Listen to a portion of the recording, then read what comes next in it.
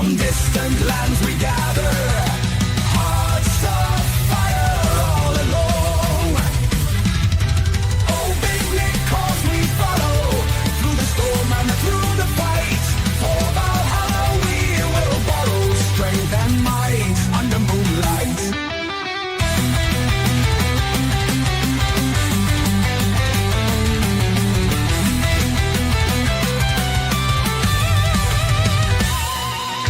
Warriors of the ancient sea, songs of glory dark and bold. In the night, our spirits free, legends born, tales unfold. Oh, big because we follow through the storm and through the fight. For Valhalla we will borrow strength and might under moonlight.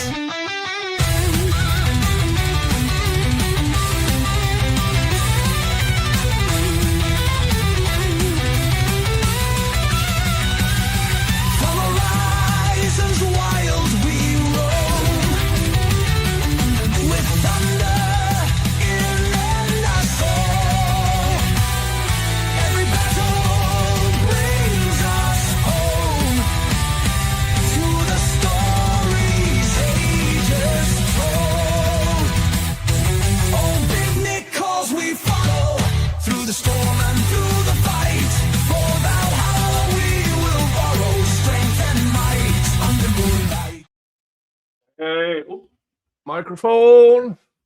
Everything is somewhat close in hand. I have my nicotine pouches. I have you guys. I have microphone, web. Okay, folks. As of not that many minutes ago, only one thing remains. Well, two. The judge's viewing of the house, and then tomorrow, closing arguments. So half a day was left. One more witness for the prosecution. I believe 3 witnesses for the defense. And we are going to get through these. Yeah, right now. All right, there we go. Let's put that up there. And me there. Today was interesting. I can't wait to get you guys through this. And hello, Jennifer. Hello, April. Hello, Little Miss. Hello, Gwendolyn. We got and everybody else who is currently not in chat. Please say something in chat. You know that's kind of important.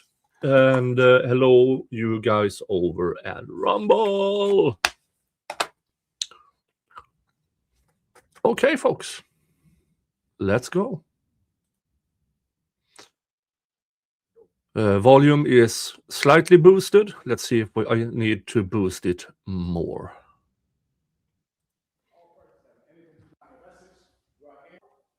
2026, Courtroom 2, Lawrence Superior Court. Calling the criminal matter of Como versus Kelsey Fitzsimmons, 2025, 77 CR 311, scheduled today for continued jury waive trial.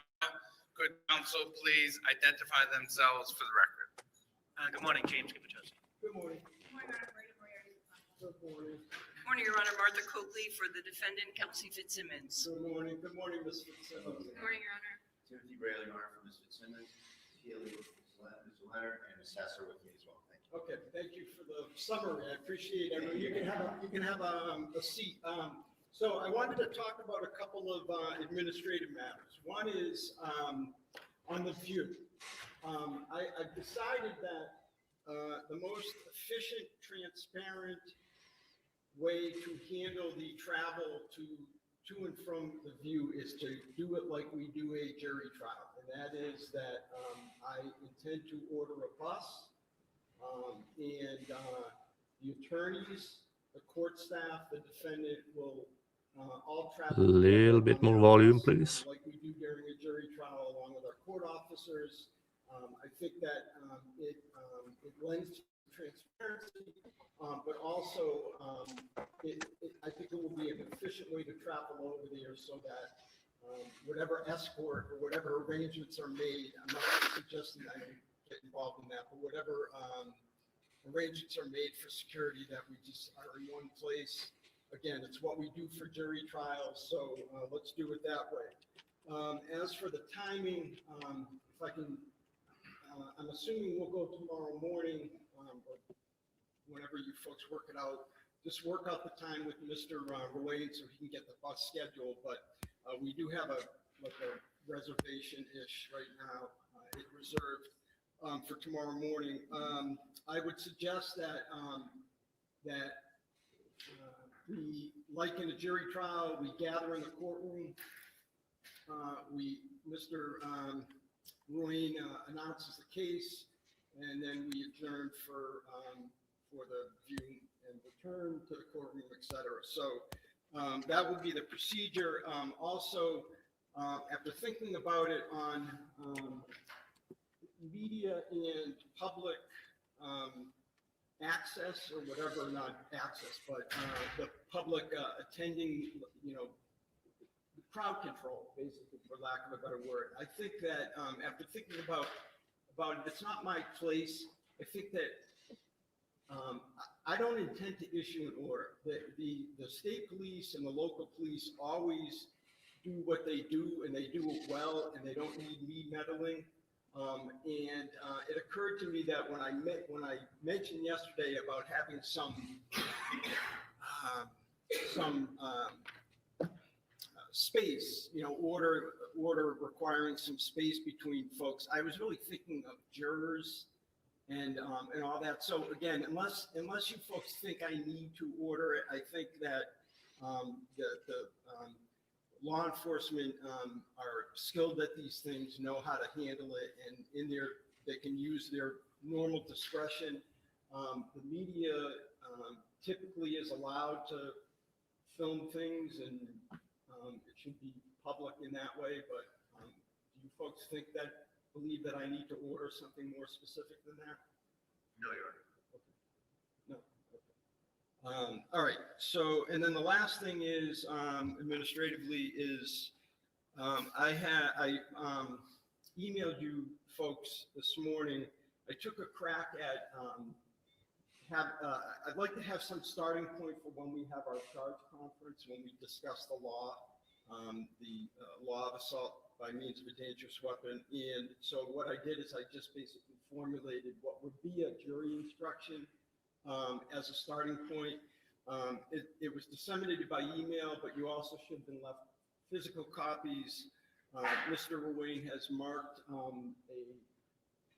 that item as Exhibit C for identification, and we'll just work off of that. And I think that would be the most efficient way. And then lastly, schedule. Commonwealth, you're going to be calling witnesses, one witness, okay.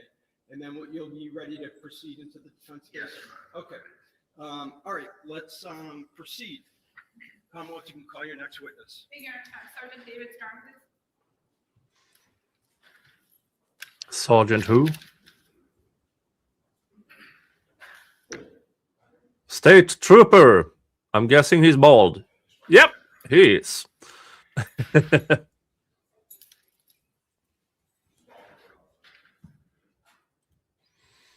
Yeah, let's find out what is. Raise your right hand. Do you solemnly swear that the testimony you're about to give in this cause now in hearing shall be the truth, the whole truth, and nothing but the truth, so help you God? Thank you. Good morning. You can have a seat. Pull yourself right up to that mic. Ma'am, Yes, please. good morning. Good morning. In a nice loud voice, if you could please state your name and spell it for the record. Yes, my name is David Strong, S-T-R-O-N-G. And how are you employed, sir? I'm a sergeant on the Mass State Police. How long have you He been employed? is by the not named Massachusetts after his State yaw. 14 years. And if you could just give us a brief chronology of your assignments while on the state police. Yes, I graduated the State Police Academy March 2012. Was assigned to patrol. 2018, began working out of the State Police Detective Unit. And then in 2025, I was promoted sergeant. And is that the State Police Detective Unit assigned to the Essex District Attorney's Office? Yes. And as a trooper assigned to, and then as a sergeant assigned to the Essex District Attorney's Office, what are your day-to-day responsibilities? We conduct death investigations, homicides, suspicious deaths, unattended deaths, non-fatal shootings or stabbings, as well as officer-involved shootings. I'd like to direct your attention to June 30th of 2025. Were you working that day? Yes, I was the on-call supervisor. And what's it mean to be the on-call supervisor? For 1 week a month, where we supervise the troopers. If they have any questions or if there's a homicide or a serious event, then we'll go out to assist. And at some point during that, was it a Monday? Yes, And at some point during the day, did you get a call from one of your troopers? I did. And as a result of that phone call, what information did you learn about what you would be doing next? I learned that there was an officer-involved shooting in North Andover. So I responded along with my detective lieutenant, as well as crime scene services and ballistics. And a number of other troopers that you supervise? Yes. Several other troopers from my office also responded. Do you remember about what time of day, what address did you respond to? 125 Phillips Brook Road. And about what time of day did you arrive? I believe I arrived at around 6 p.m. And what was the state of the address at 125 Phillips Brook Road when you arrived? The residence was taped off. There was a perimeter outside the house. And who was at the scene at that time? At that time, it was just North Andover PD. And effectively, what happened once the Massachusetts State Police arrived? I joined Trooper Ortiz, who also works in my office, and we took control of the scene. And what was one of the first things that you did while on scene? I was given a brief summary by Lieutenant Daly about what had occurred. And after learning from Lieutenant Daly about what occurred, what did you do next? I drafted a search warrant for the residence. And at some point, was the search warrant authorized by the court? Yes. And at that point, did you and members of the Firearms Identification Squad, Crime Scene Unit, and other troopers from the DA's office enter the house? Yes, And did you participate in the search of the residence? I did. And did you, at some point, focus on one particular room? Yes. And what was that room? It was the bedroom on the second floor. And was that the bedroom to the right or to the left? To the right.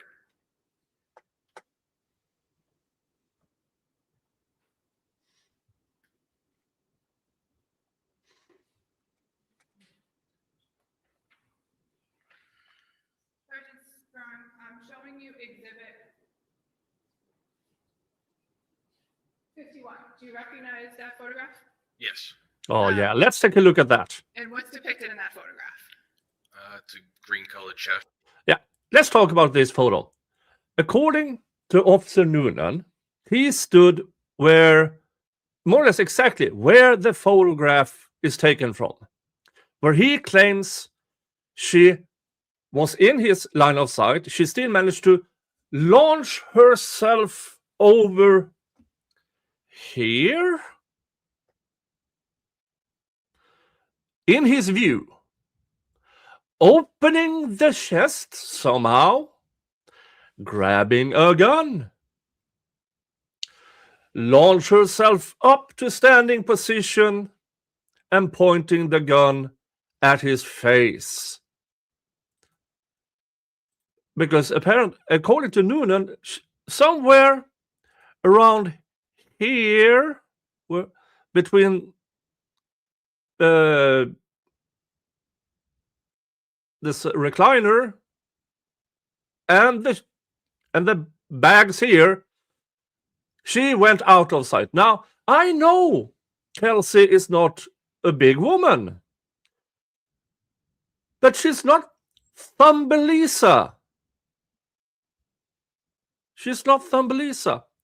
If he really was in the doorway, she would have been in his line of sight the entire time.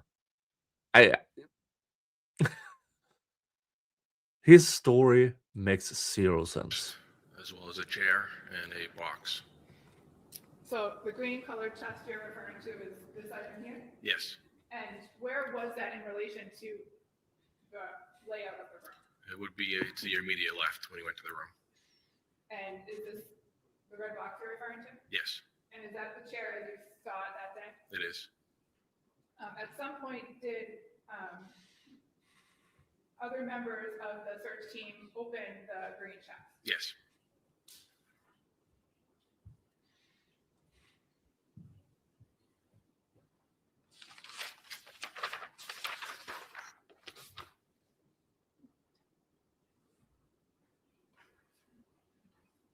Your Honor, Amber? Yeah, will there be objections to No, these? you're not Okay, supposed to. They can all right, be so admitted. let's, just have them marked and admitted.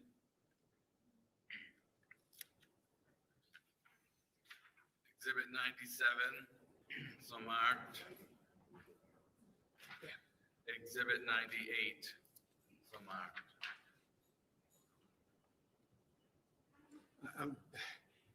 It was a 98, 97? And 97 and 98? Yes. Okay, thank you. may I just let them know? Yes, please. Showing you exhibit 97, Sergeant Strong. Do you recognize that photograph? Yes. And what's depicted in that photograph? That's the inside of the orange colored chest with 2 firearms and firearms case. Is the firearms case a black box? Yes. Okay. At some point, did you or other members of your team move those items? Yes. And where did you move them to? To the bed. Move to the where? The bed. The bed.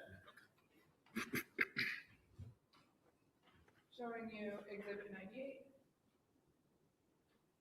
What's depicted in exhibit 98? It's a firearm that was located inside of the box, the gun box. So that was what was in the closed box in the green chest? Hey, Dave. And what are these items here to the left? Those were the other 2 firearms that were inside that same chest. So there were 2 firearms, total of 3 firearms? Yes, sir. Okay. Trooper Sergeant, do you know what kind of firearms these were? I believe they were all 6 hours.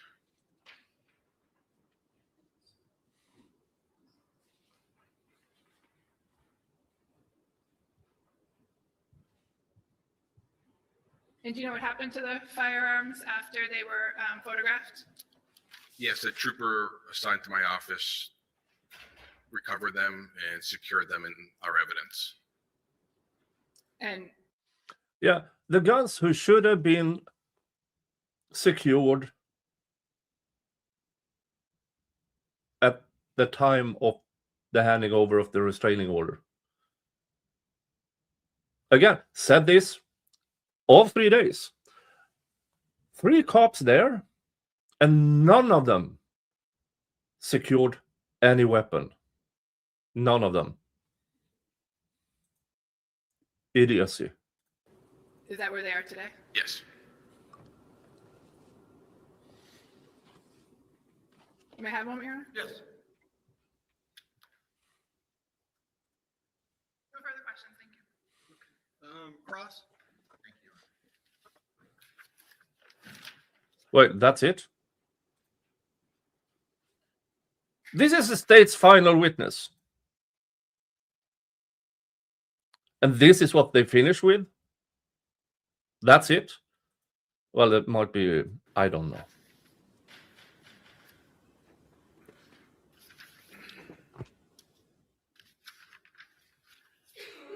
Trooper Strong, good morning, sir. Good morning, sir. Trooper, you're the lead investigator on the case from the state police. Yeah, correct? chain of custody of the firearms. And, Yeah, I know, but you're a, why are they sergeant finishing with detective, him? Yes, sir. And you work at the Essex County District Attorney's Office? Yes. Part of your job is to investigate officer-involved shootings? That's one of them, yes. Yes, okay. And do you also do homicides? What's that? Do you investigate homicides as Yes, well? sir. So he investigates these situations. Why don't they have him testify about this situation then? For the prosecution, this would be an excellent witness to try to show the judge, hey, Our officers did excellent. And all they had him for was chain of custody. And in this case, when was it first brought to your attention that there was an officer-involved shooting? So the on-call trooper received the call about the shooting, and then he called me. And who was the on-call officer? We had Trooper Ortiz. And when you received that call, what did you first do? I notified my detective lieutenant, and we responded to the scene. Is that Detective Lieutenant DeMeo? Yes, sir. And what time was the shooting? I don't recall off the top of my head. Was it approximately 6 p.m.? Around there. And what time did you arrive? Probably 25 minutes after I received the. Thank you, Anima Rampier, over at Rumble with a $2 Rumble and says, treat money for Mr. Jingles. I will make sure Mr. Jingles gets his treats. I will make sure. Thank you so much. Call 30 minutes after I received the call. All right, 6:30-ish, about Yes. 6:30. What did you see when you got there? The house was taped off, and there were detectives and police officers standing outside. Now, I'm going to ask you to distinguish between North Andover police officers and state police officers. Okay. When you got there, who was in control of the crime scene? At that time, Trooper Ortiz was there first, and then I arrived. Do you know when Trooper Ortiz got there? It must have been 5 or 10 minutes before I got there. All right, so doing the math, it's about probably 20 minutes where the North Andover police have exclusive control of the crime scene. Yeah, approximately. Did you Good point. recognize or know any of the North Andover police officers that were there? No, sir. Did you recognize or know the chief of police for North Andover? No, sir. Did you meet any North Andover police officers when you were there? I spoke with Lieutenant Daly and Lieutenant Domenico. Who's in charge of that crime scene in this circumstance? Is it the North Andover police or the Mass State Police? Mass State Police. And as a practical matter, as we said, that transfer could only happen when a state trooper gets there, right? Yes. And the first trooper's there about 6:20, probably, Yeah, approximately. and then you get there around 6:30. Yes. And what was Here the defense are indicating, the people involved in this major cluster F had free reign over everything in that house until the troopers showed up. what happened with respect to kind of taking over the crime scene? We just made sure the house was secured. Nobody was inside. Nobody crossed the tape line of the perimeter. And then we knew that we needed to draft a search warrant. When you got there, did you go in the house? No. When did you first go in the house? Once we got a search warrant. Were there any North Andover police officers in the house? No. And when you were there anyway? Correct. Do you know if that was by coincidence or by some order of someone that nobody be in the house, or what? It was by an order. Everybody knew that we were in a search warrant, and everybody knew not to be in the house.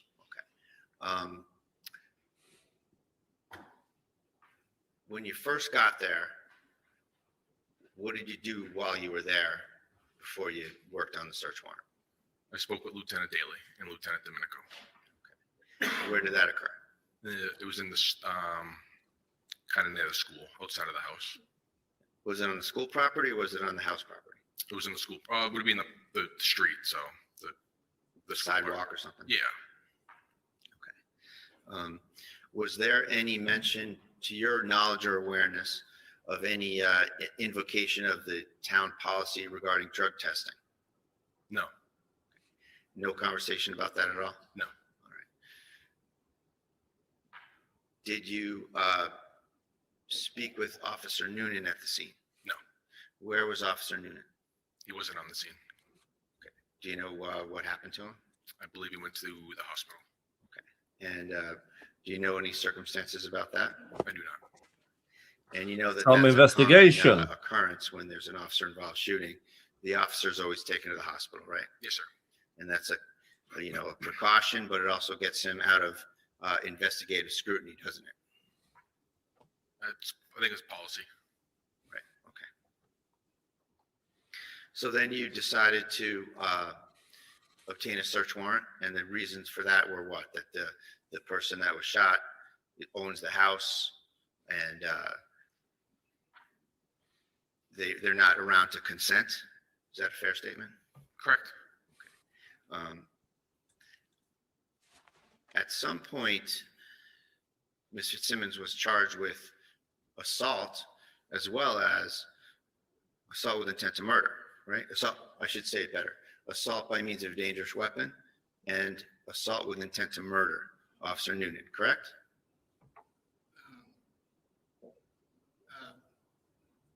Basis. What's the relevance? Well, it goes to what the investigators did, judge potential investigator bias, that they overcharged the case. What happened at the scene? I think it's pretty basic. What did they charge her with? Okay, why, how is that relevant to me as the fact finder in determining whether the Commonwealth met its burden on the charge that resulted? So I think it just goes to potential investigator bias, wherever it may be found. I think it goes to how they perceive the situation early on. It's part of the case. It's part of the circumstances of the case, Your Honor. all right, I'll tell you what, I'm going to sustain the objection. You can make a proffer if you want to protect the record, but I'm going to sustain the Okay, objection. that's it, Judge, just for those issues. Thank you. Thanks. So Ms. Fitzsimmons was charged, Yes. and that was on what date? I don't want to quiz you. How about July 3rd? July 3rd, yes, sir. Okay, a few days later. Yes. Okay. And on July 3rd, had you talked to Officer Noonan? Yes. Was that the first time you talked to him? Yes. And where was that? North End Police Department. And what were the circumstances of that? We met in a conference room at the police department. It was myself and Detective Lieutenant Robert DeMeo, as well as an attorney. Okay. And that was an interview that was recorded on your body camera, correct? Yes. And the body camera obviously takes video and takes audio, right? Yes. And now in that interview, you put your body camera on the desk, right? Yes. And you didn't put the body camera on the person you were interviewing though, right? I don't recall exactly where it was facing when I put it down. So, but don't you know that we don't have video of any of these officers when they're testifying from your body camera? You mean interview? Yes, I'm sorry, when they're interviewed. Thank you, Your Honor. I tried to do them all consistently. I think I put it in the center of the table. So you know that Noonan's not on video when he's testifying, right? Yes. So that was a deliberate decision you made to not video the witness that you were interviewing? No. Because I mean, isn't it important to kind of see the witness's demeanor, reactions to questions, their emotional state when you have a body camera? I felt it was just as important to get the audio as well as everybody else in the room. What, Mr. Officer, does the audio turn off if you point the camera towards the one you're interviewing? What's going, sir? Is this standard practice when interviewing police officers to only have audio? Seriously?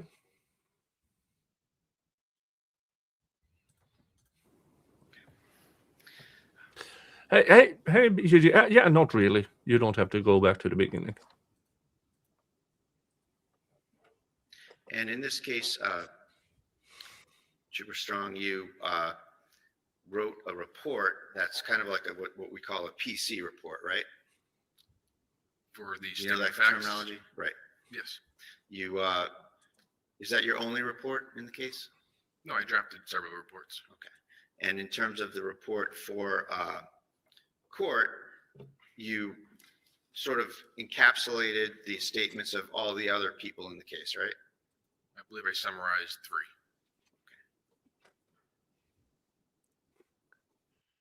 So, out of all the people you interviewed, you excluded everybody but 3 and then only summarized while having access to all of it is at least you put it as attachment so that if asked, they could hand these things over. Right?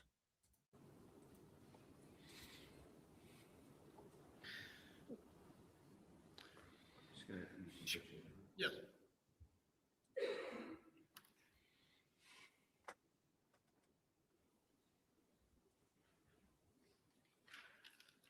Showing you Exhibit 51.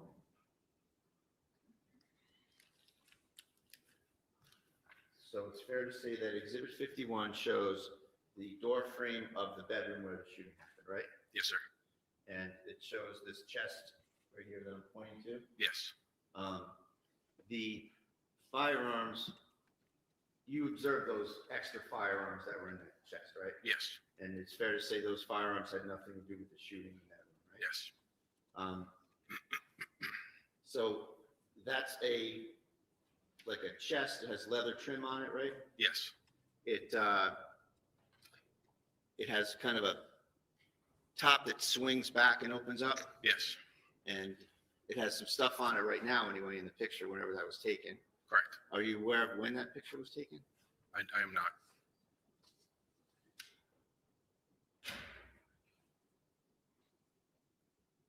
And it's fair to say that the end of the chest kind of lines up with the door frame, right? It's very Yeah. close. So to get into that chest, you don't really need to disappear behind the door frame, do you? I don't know, sir. I mean, there's a What? chair there as well, right? I'm not sure. You don't know? You're not sure? Sir. Sir. Mr. Strong. Are you, if you say you are not sure, that means you actually say it is a possibility for a human being to disappear in plain view by a barely 1 foot by 1 foot box. Sure where the chair was at the time. Okay, but it's there in the picture, right? It's there in the picture. Yeah. And the pictures are offered as evidence of the crime scene, right? Yes. May I have one moment, please, Your Yes, Honor? take your time.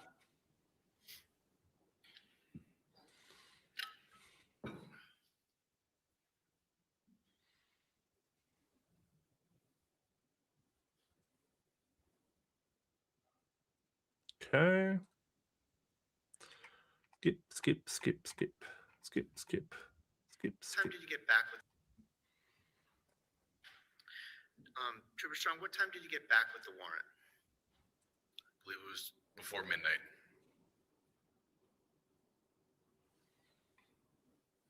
So All right, so I just want to get the time frames down when you were at the scene, okay? So you arrived there around 6:30, Yes, right? sir. And then you think Ortiz is there 6:20. Yes. When do you leave to go prepare the search warrant? I write the search warrant in my cruiser. Okay, on scene. Yes, sir. And how long do you figure that takes you? 2 hours, approximately. 2 hours to write. Wait. I want to hear that again. When do you leave to go prepare the search warrant? I write the search warrant in my cruiser. Okay, on scene. Yes, sir. And how long do you figure that takes you? 2 hours, approximately. 2 hours to write an application for a warrant. 2 hours? You write slowly, sir.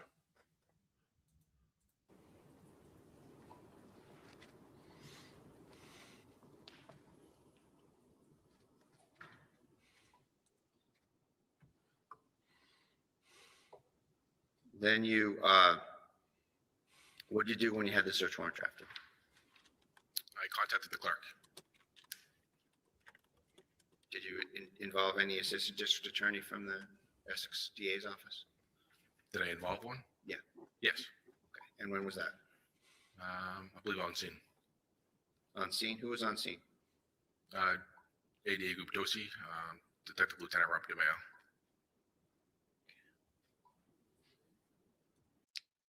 So wait, so Gubitosi went there the same day it happened? Did you have to go anywhere for the search warrant, or did you do that electronically? I believe it's electronically. And you emailed it to the clerk? Do you know when you emailed it to the clerk? I do not. When did you get approval? It was sometime before midnight. And while you were there, were you, obviously you're busy writing a search warrant, you got a lot to do.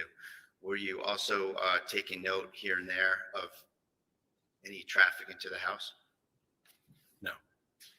Were you, did you know whether anyone from the North Andover PD went in and out of the house while you were writing the search warrant? Not that I'm aware of. Was there an order in place, and you said everybody knew about it, to not go in the house? Yes. So was that order, fair to say, as far as you're concerned, that order's in place the entire time you're drafting the search warrant, getting approval, waiting to get it back, right? Yes. And so it's fair to say that no North Andover officers were supposed to be in the house from the time you got there, and that's presumably when you gave the order? They never went back into the house after I got there. Okay. At any point. And then no one went back in the house. And then once you had approval from the clerk on the search warrant, you went in the house very late. Yes. And so what time did you go in the house? I don't recall. I believe it was just before midnight.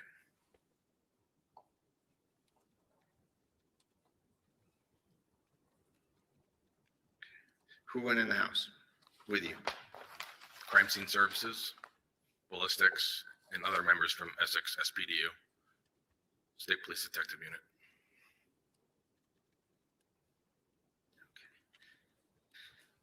Did any North Andover officers go in the house? No.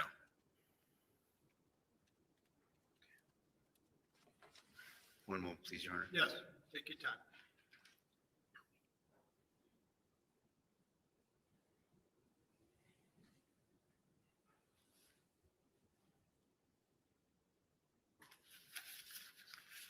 Okay. Thank you very much. Thank you. Nothing further. Thank you. Any recross? Sorry, redirect? Just one issue. Sergeant Strong, you were asked about the timing of the search warrant that you conducted at 125 Phillipsbrook Road. Do you remember? Yes. And is your memory exhausted as to the exact time that the search was conducted? Yes. Would reviewing a report related to the search warrant refresh your memory? It would. May I approach? Yes.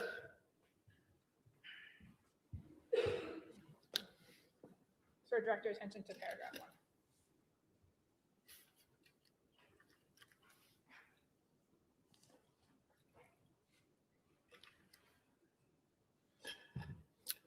Yes. What time did you and other members of the Massachusetts State Police start the execution of the search warrants? Approximately 11 p.m. No further questions.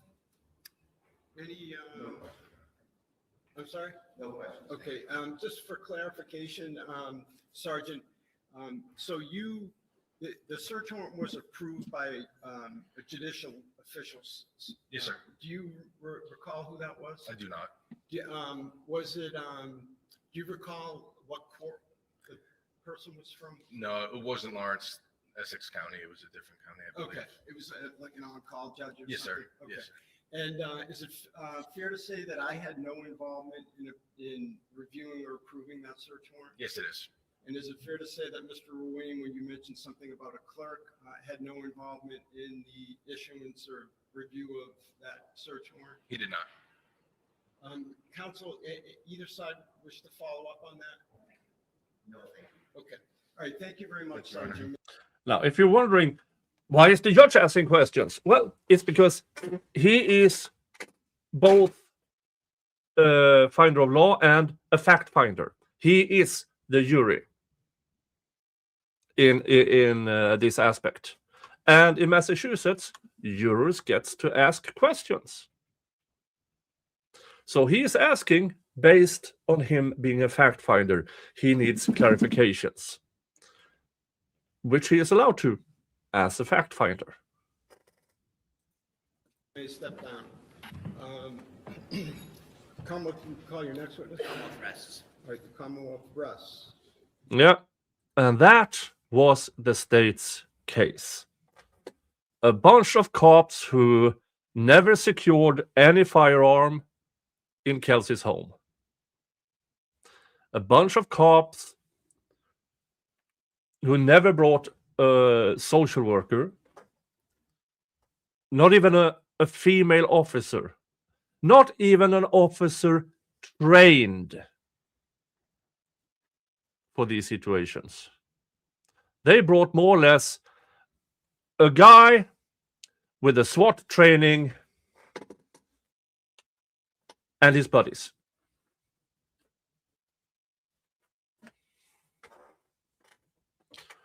Okay, man. Can I ask a question about the copy shot? Won't his mental health medical info come in as Batson material?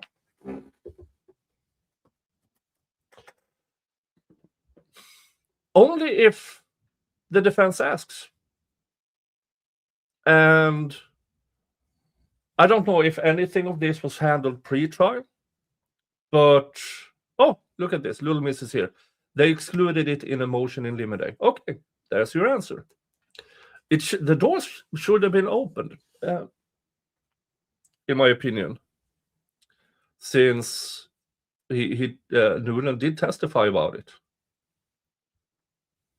It should have, but no, wasn't. All right. And is there a motion? There is, Judge. Okay. Yeah. I'll stand on the paper. Yep. This is normally the time when the defense does their motion of directed verdict. The defense here chooses to do it on paper only. They have written the motion and they don't need to argue it. All right, so it's paper 90. You've been provided, Commonwealth, a copy? Yes, I received a few. All right, defendant's motion for a required finding and not guilty. Let me just read it. Mr. Jingles. Folks, Mr. Jingles is here. Hello. Okay. Okay, all right. All right, and Mr. Bradley, did you want to be heard on the motion? I'll stand on the paper. Okay, all right. The motion is denied. Yep. I mean, for clear reasons. There are two stories. And the judge needs to, or the jury, or the fact finder, needs to evaluate both stories and come to the conclusion that Officer Noonan's story is beyond reasonable doubt. While Kelsey's story only needs to inject reasonable doubt. That is, yeah. And the defense, you can call your first witness. Yes, Judge. We're going to call Ms. Maureen Teresi. Maureen Teresi. That is Noonan's neighbor.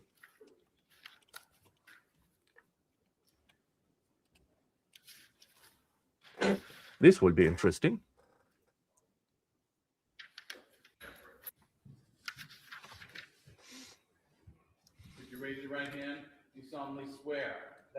testimony you're about to give in this cause now and hearing shall be the truth, the whole truth, and nothing but the truth, so help you God. Thank you. Good morning. You can have a seat and pull yourself right up to that mic.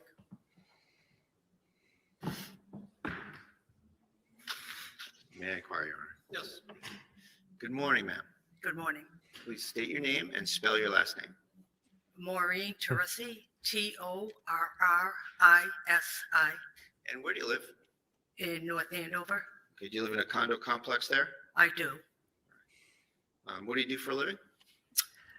I am a stay-at-home mom, I guess. I guess I'm retired. What are you retired from?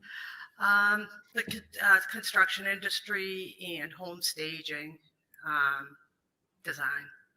How long have you been retired? I closed my business, I think, 3 or 4 years. 3 years ago, I had a large staging business. How long have you lived in your condo complex in North Andover? Since 2014. Do you have a dog? A dog? Yeah. Yeah, I do. I have 2 And do you walk the dog around the complex from time to time? every day. Do you, in the course of walking your dog, have you ever made the acquaintance of one of your neighbors named Mr. Noonan? I have. And do you know who that is generally? I do. And how do you know him? Walking the dogs. I knew him as Duke's father, And which is is a Duke is dog? his dog's name. I've spoken, just in passing. The dogs interact and, just general talking about the dogs and whatever. So I had spoken to him a few times and his wife, about the dogs and just general Neighbors stuff. making small talk. Absolutely. Okay. And back in August of 2025, you had engaged him in some conversation about what was going on at the North Andover PD, right? I did. And is that what you said to him by way of initiating the conversation? I did, yes. The beginning of it was just that, I had a razzing relationship with him, just regarding things going on in the world. And so what I started with is, how do you like what's going on? Yeah. Dali, this is not the Coral Richards trial. Walk the dog is something completely different here. In the world today or whatever. And he's like, I love it. And then I had asked, what's going on with North Andover, the town of North Andover? What were you referring to when you said that to him? What was going on at the department, as far as, the shooting, the cop being shot. And did he? And he first said, what do you mean? And I said, well, that press conference, the first press conference that was given made no sense. And at that time he said, I'm the shooter. What he said, I'm the shooter? He said, I'm the shooter. And what did you take that to mean? I said to him that he was the one that shot the other officer, is what I took that to mean. Right. And then what happened? I had asked him if, well, first I said, oh my God, I'm so sorry. I know when police officers have to discharge their weapons, it affects them. And I can't imagine having to do that with a colleague. I'm sorry, I didn't quite get the end of that. I said I couldn't imagine having to do that to a colleague. And what did he say? And he had said to me that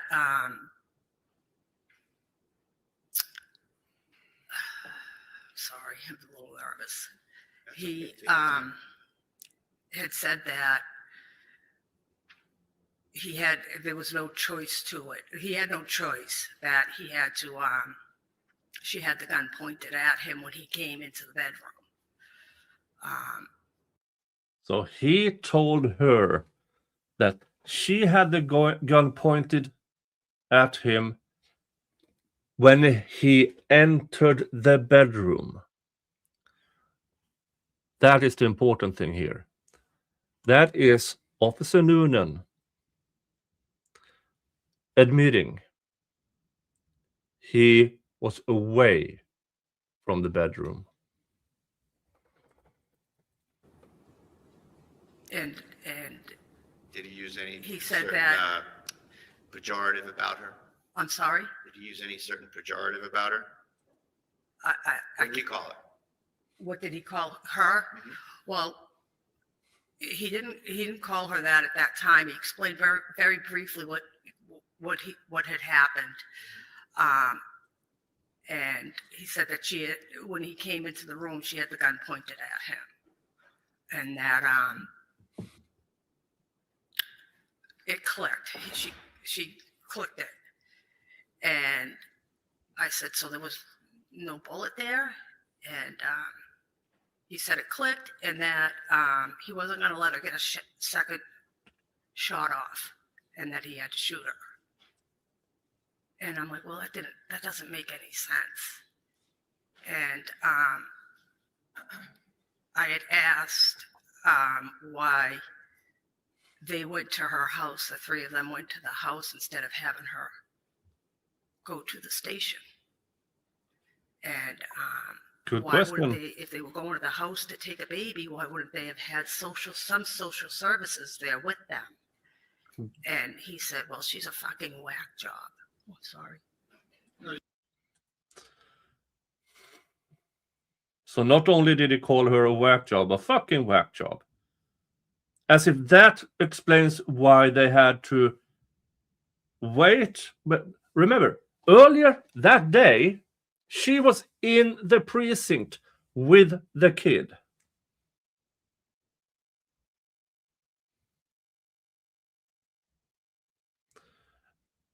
But they waited until she was home again. I'm sorry. You don't have to apologize. You have to say what was said. Okay. And he said that she's an effing, whack job. So was that in response to you saying, why didn't you have social services go to the house? Yeah. And I was like, wow,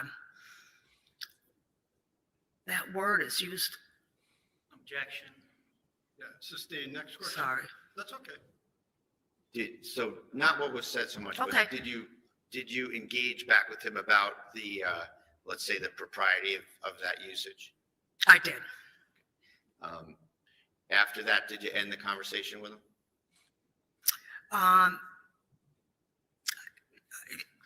There was a little more conversation, and then it ended, yes. All right. Thank you very much. Thank you. How did you get involved in this case? How did I get involved in it? Yeah. I didn't. Well, no, how did they know you heard this? Objection relevance. Overruled. After the conversation that we had had, I was shocked by it. I didn't even know Pat's first name But his how last. did you contact someone? I did.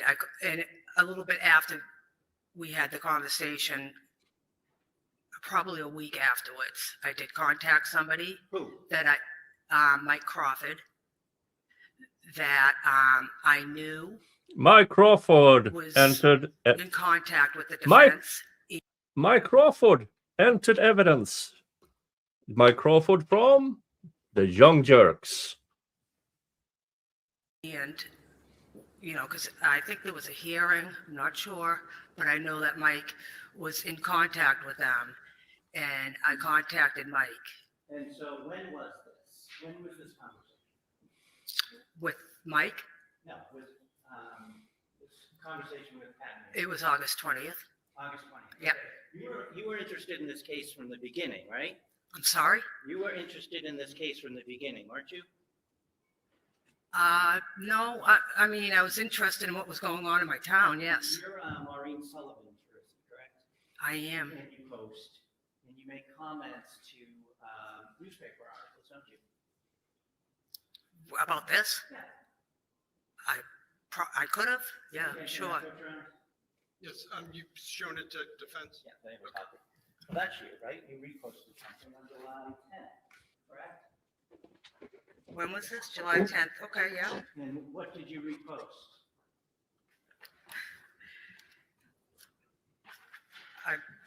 Meaning what? What do you mean? What did I repost? It's a Yeah, it's a article simple from my, question. I'm sorry, it's an article from, it looks like a post from Mike Crawford. Right. I reposted that. You reposted that. Yes. Post, but what did you repost? What's, I can't see it. Like, what's the context of Mike's? You did it. I understand that. Hold on a second, please, What please. is that? Hold on, please. I'm not raising my voice, anything more than to just to have a timeout, but hold on one second, ma'am. Just wait for, and Mr. Gubitosi has to do the same. We can't have two people speaking over each other. So Mr. Gubitosi, why don't you ask the question again? All right, thank you. You don't remember what you reposted? I can't see, no, Okay, from no. July 10th, I can't read. My point being is, I'm sorry, I can't see it is my problem. If I may, for the witness, exhibit it up here, maybe if it's bigger. So you show us a fuzzy photocopy? Any objection? I don't see the relevance of this, Judge. I object. All right, well, And there's no foundation as to why it might affect our state of mind or lives. all right, let's first things first, let's mark it for ID. I can't read it either for the record. The last statements. Exhibit E for identification. Okay, all right, now, I guess my question for Mr. Gubitosi is, why would putting it on the screen I just want allow her it to be see more legible? Well, it may be bigger, then I would ask her to go up to the screen to look at it. Maybe it won't. Is there an objection? I can't read it, so I don't know what it says, so I don't know if I should Okay. object to it. All right, so let's take it a step at a time. So you can put it on the screen. She can take a look and just yes or no whether it allows her to read it. You can get off the stand and approach the screen if you'd like. And I'm sorry, Mr. Nguyen, that was exhibit what? E. Read the big print. Up here? Yeah. Wait a minute. That is what he handed to her in a A4 piece of paper with that tiny Jesus. Stupid. Sorry. Use of deadly force against his client. North Andover police officer, Kelsey Fitzsimmons. Okay, and so it's a statement, I'll let you get back at them. Just for the record, I could not hear what she just said. I could see I can some of read it, it but from here, the big, Okay. Right, it's just my eyesight's horrible. Sure. Yeah, I just can't read the context. It says Attorney Tim Bradle on North Andover Police use of deadly force against his client. North Andover Police Officer Kelsey Okay, so you Fitzsimmons. reposted Simmons. the statement that Attorney Bradle made about the case, correct? Yes. Okay.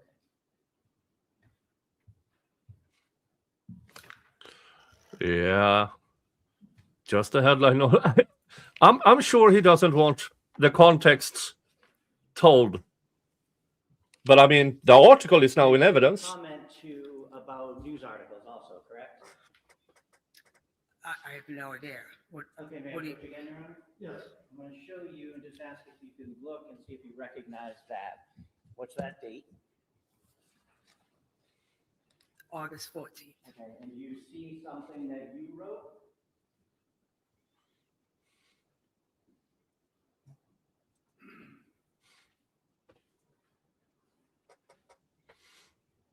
Just yes or no? Just, Yeah, I think- yes, that's my name. And yes, this is it's a comment. It's a comment that To a you post. made to an article, correct? Excuse me. Well, Hold on one second. Let's mark it for ID, please.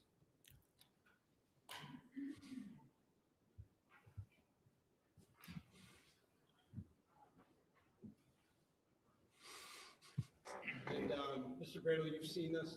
I have to. Okay. Exhibit F, so marked. Thank you. So August 14th, you commented, correct? I did. Can you read what you said? Can I read it? Can you read out loud what you said? Oh, sure. Joseph LaHood, I'm commenting too. Yeah. Got proof or evidence of this narrative? This incident was a setup from the get-go.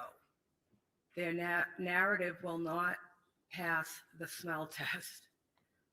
I hope all involved are ready for their tireless scrutiny that independent media will bring to light through extensive research.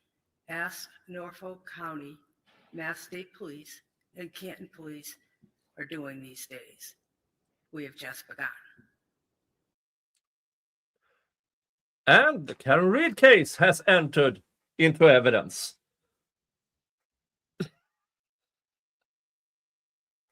I'm not so sure this was a good idea by the prosecutor. I mean, he doesn't challenge, he can't challenge what she says that Noonan told her, because Noonan already admitted to saying it. So what's the impeachment here, Mr. Prosecutor?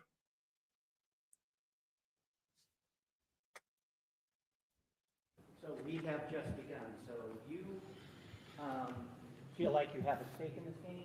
Not at all. You feel that you're akinning this to the Karen Reed trial, right? Yes. That there's a cover-up. Well, not that there's a cover-up. Well, those were your words, weren't they? I don't know is that what it says in there? I forget what that says in there.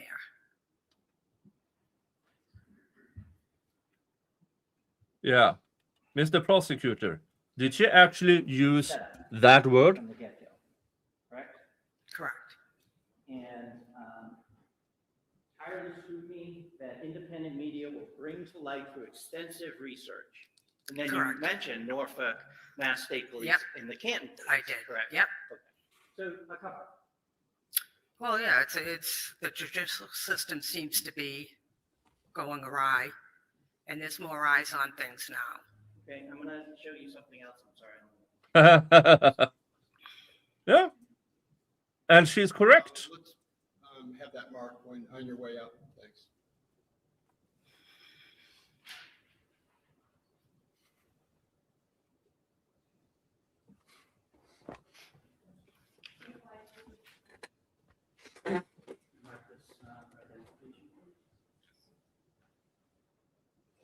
Exhibit G, so marked. Can you first look at it and see if you recognize it? Sure. So look at the first page. Do you recognize what that is? I do. Okay. Can you flip to the second page? I sure See if you can. made a comment to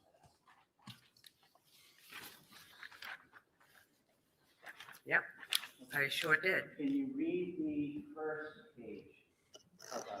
The first, the post itself? Yep. Today, it's from the North Andover Police Department. Today is National Police Women's Day.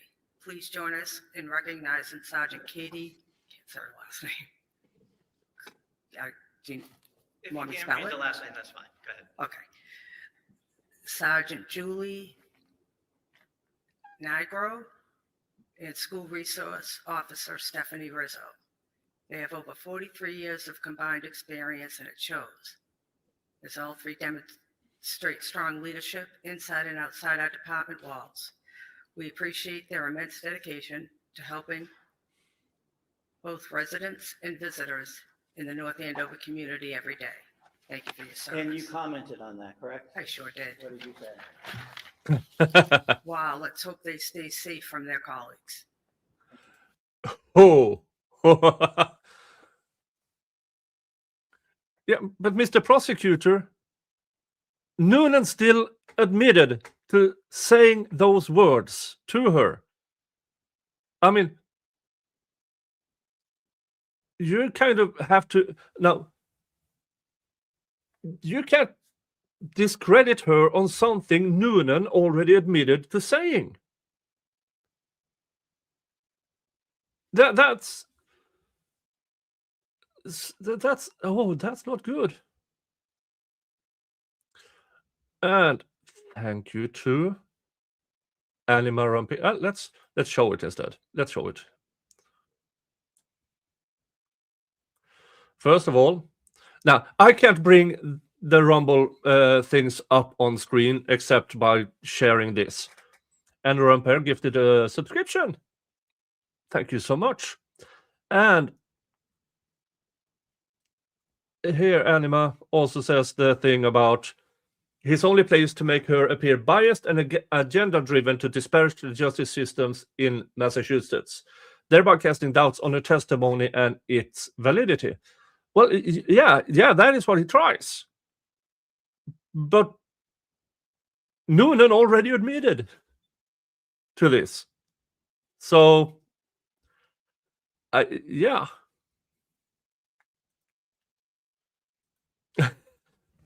Definitely, she is correct. I mean, it's a snarky comment on a web page or on an article of some sort. I'm quite sure a lot of people feel the same way.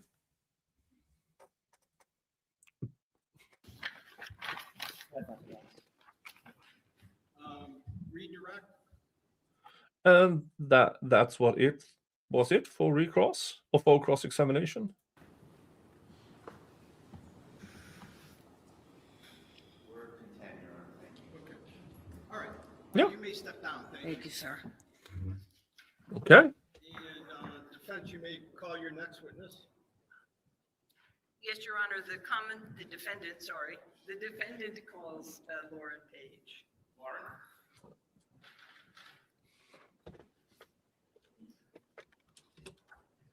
Now, Lauren Page is Kelsey's mother.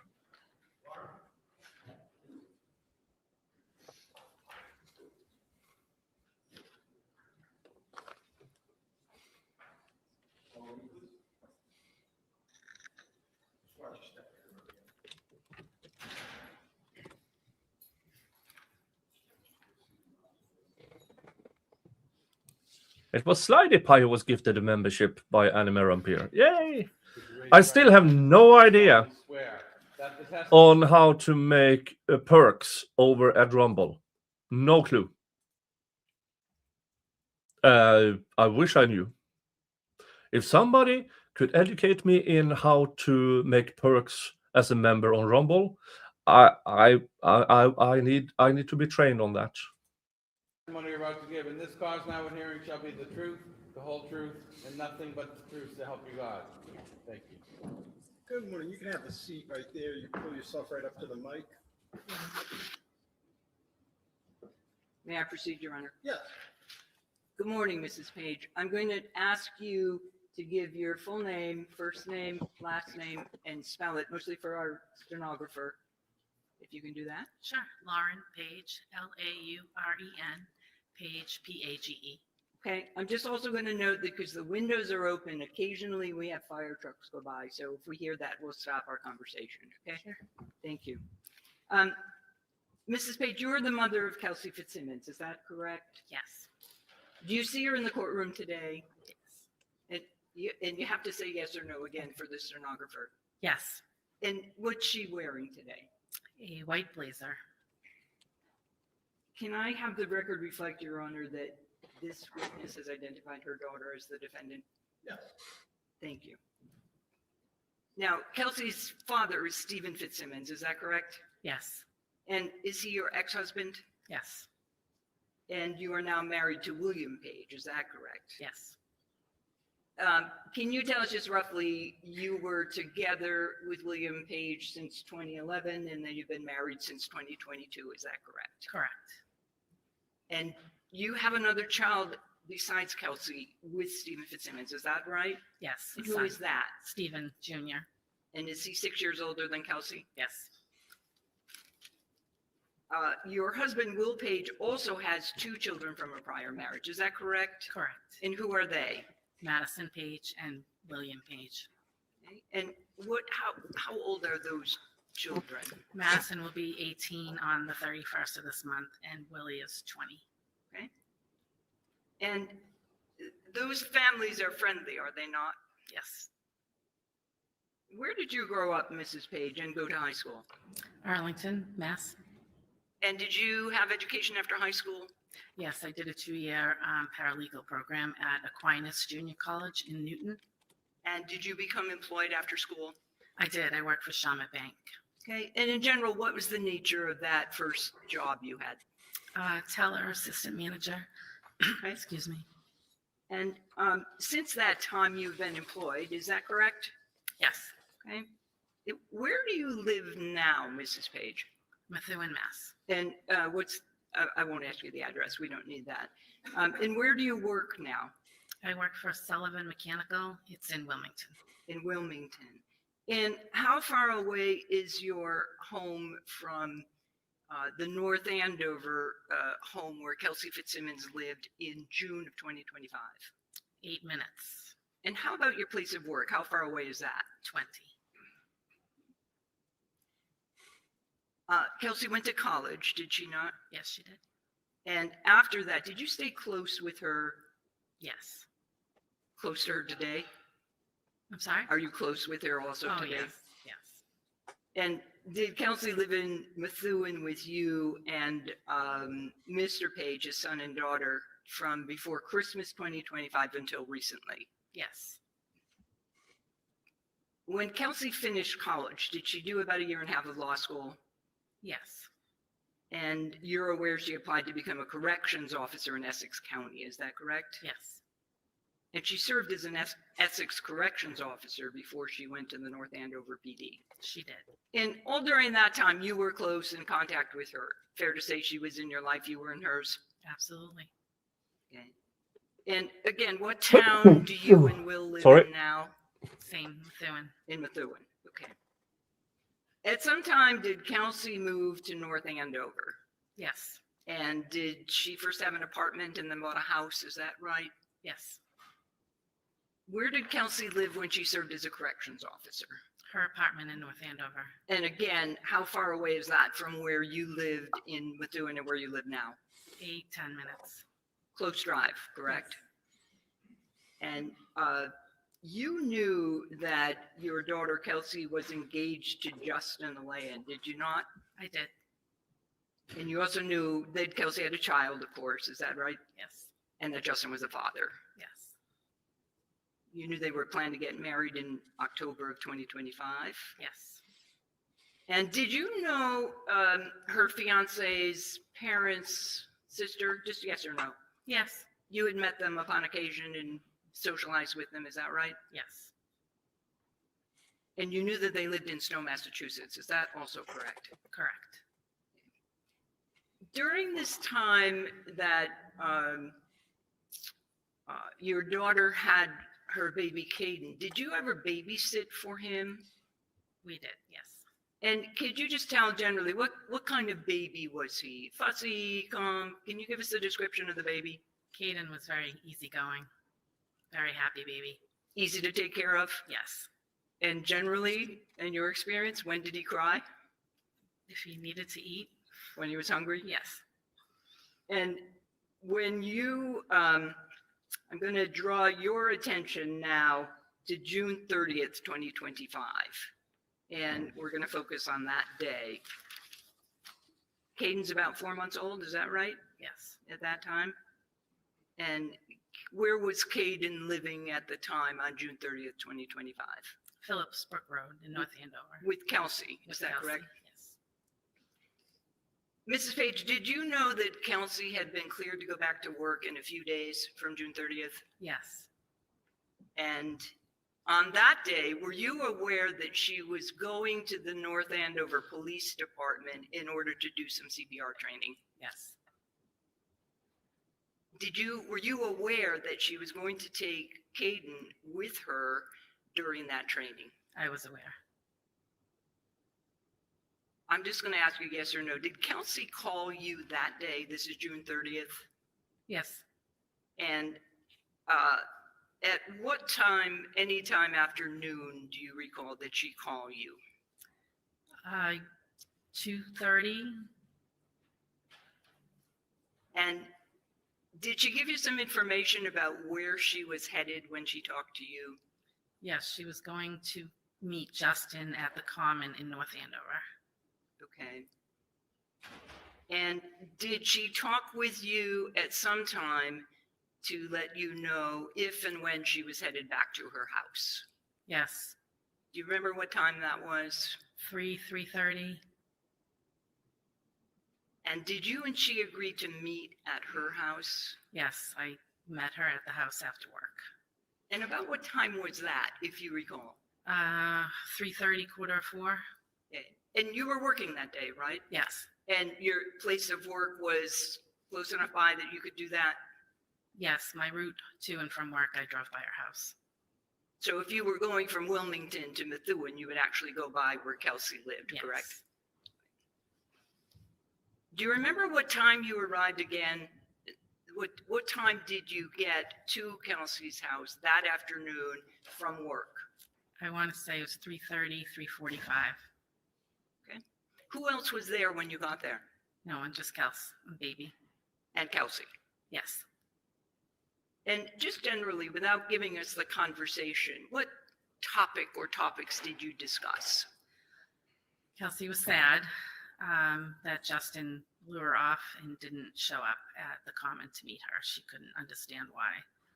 She was confused why he would ask her to come and then just ghost her. And what would you say was her demeanor at that time when you were talking with her at home? Sad, confused. How long did you stay when you got there around 3:30? I left around 5:20, 5:30. And just in general, again, Mrs. Page, what were you doing while you were there with Kate, with Kelsey? This is interesting because he left 5:30. They arrived. When was it? Just before 6 p.m. or just after 6 p.m., I think. And we know that Justin had access to the security system. Did the cops know that her mother was there? And waited until Kelsey was all alone? Kelsey and Caden. We sat in our living room, played with Caden, talked. I did some dishes in our kitchen. Basically just sat and talked. Okay. Do you know what time you left? Between 5:20 and 5:30. And where were you going immediately? Where were you headed to? CVS in Methuen. And originally you were going to CVS. Where were you originally headed after that? Home.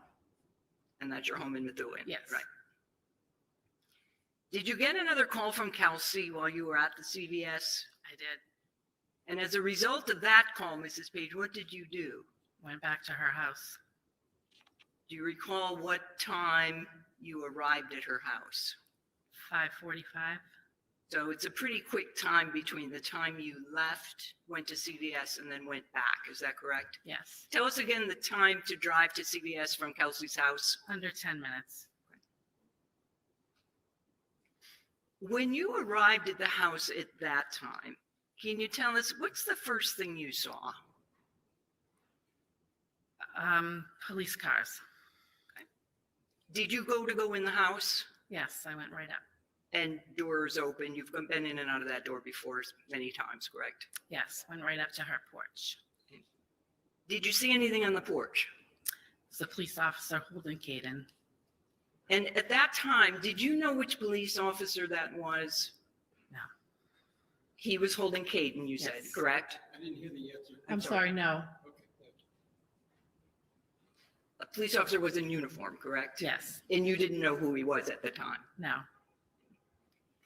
What happened next once you saw the police officer holding Caden? Caden was crying, so I asked if I could take Caden from him so I could settle him down. And did the police officer give you Caden? He did. Is that still on the porch outside, or were you inside? Right on the porch, we exchanged the baby. So you're holding Caden, and what happens next? I brought him inside to Kelsey's living room, where there was another police officer. And did the officer who gave you Caden also come into the house with you? No, Do you know where he went? I don't. So you are holding the baby, you're in the living room with another police officer. And can you tell us what happened next? Justin walked in with his sister Courtney. And Justin is the fiance that we spoke about earlier, right? Yes. And his sister, what's her name? Courtney? They both came in while you were in the living room. Yes, they walked in. Do you know about how long you were there before they arrived? Minutes. Are you still holding the baby at this stage? Yes. Okay. And then what happens next, Mrs. Page? The officer in the living room asked me to hand Caden to Justin.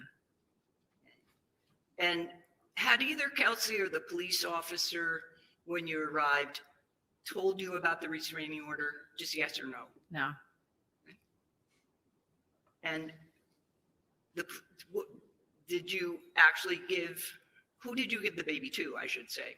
I handed the baby to Justin. Justin turned and handed Courtney the baby. And what did they do next? So, Justin, it's your baby, your child, which you are supposed to now have an order. Yeah, I'm going to take care of that child. And you chose to hand him over. You weakling. You sorry excuse of a man.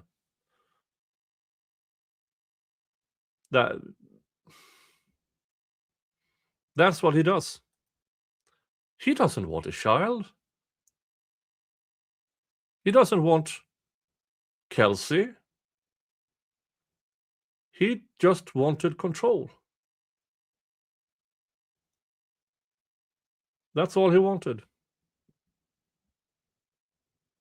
I will talk about an idea I got a bit later, because there's something really, really fishy going on here.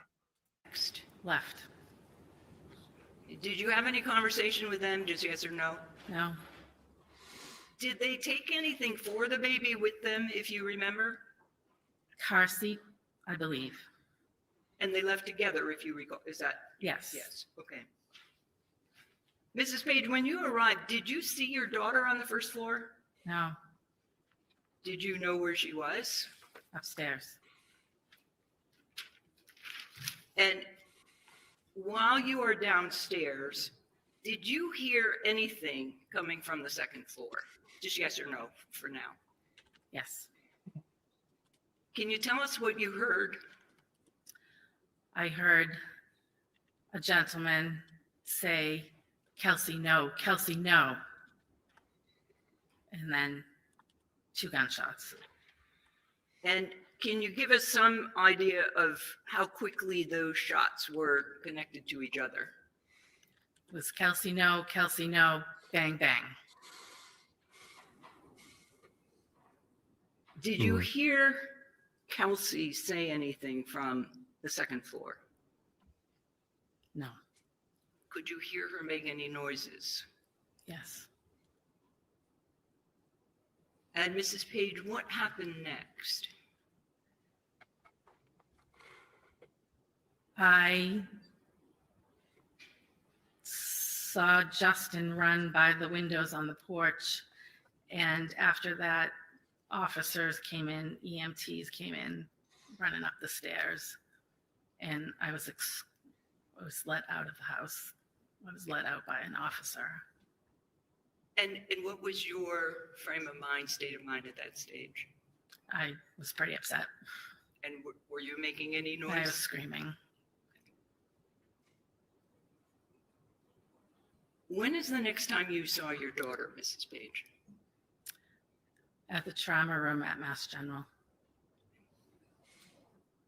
Your Honor, I have nothing further. No question. Okay. Yeah. They can't challenge this is the defense witness, and everything she said went unchallenged. Meaning, judge as a fact finder, well, he can still evaluate it, but not crossing also means they acknowledge everything she said as correct. All right, thank you very much. You may sit, you may stand down, thanks. And defense, you may call your next witness. Yes. And we have a sidebar. That would be in the entire trial. Ouch. Sidebar number 10. Sidebar number 10. Now, I'll have to wait with my reveal of theory. And because I know that Kelsey will testify, and I think she is next one up.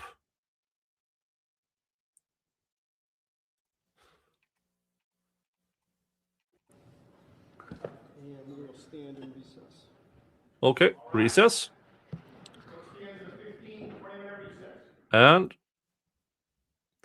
here comes the main show, so to speak. Sorry.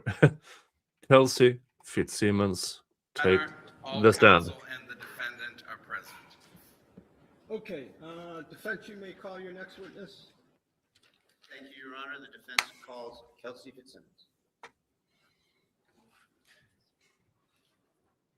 I listened to parts of this, but I wanted as much as possible to be reacted to fresh in mind. But I do think I will try to interrupt as little as possible or none at all. solemnly swear that the testimony you're about to give in this cause now and hearing shall be the truth, the whole truth, and nothing but the truth so help you God.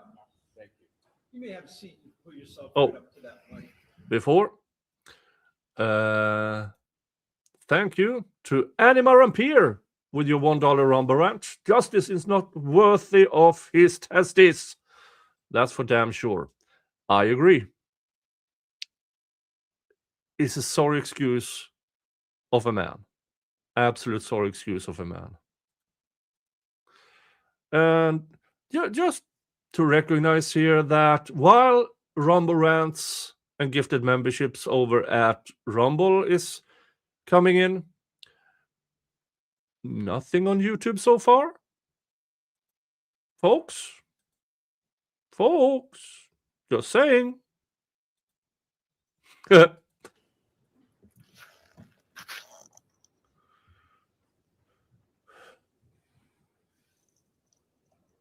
One second.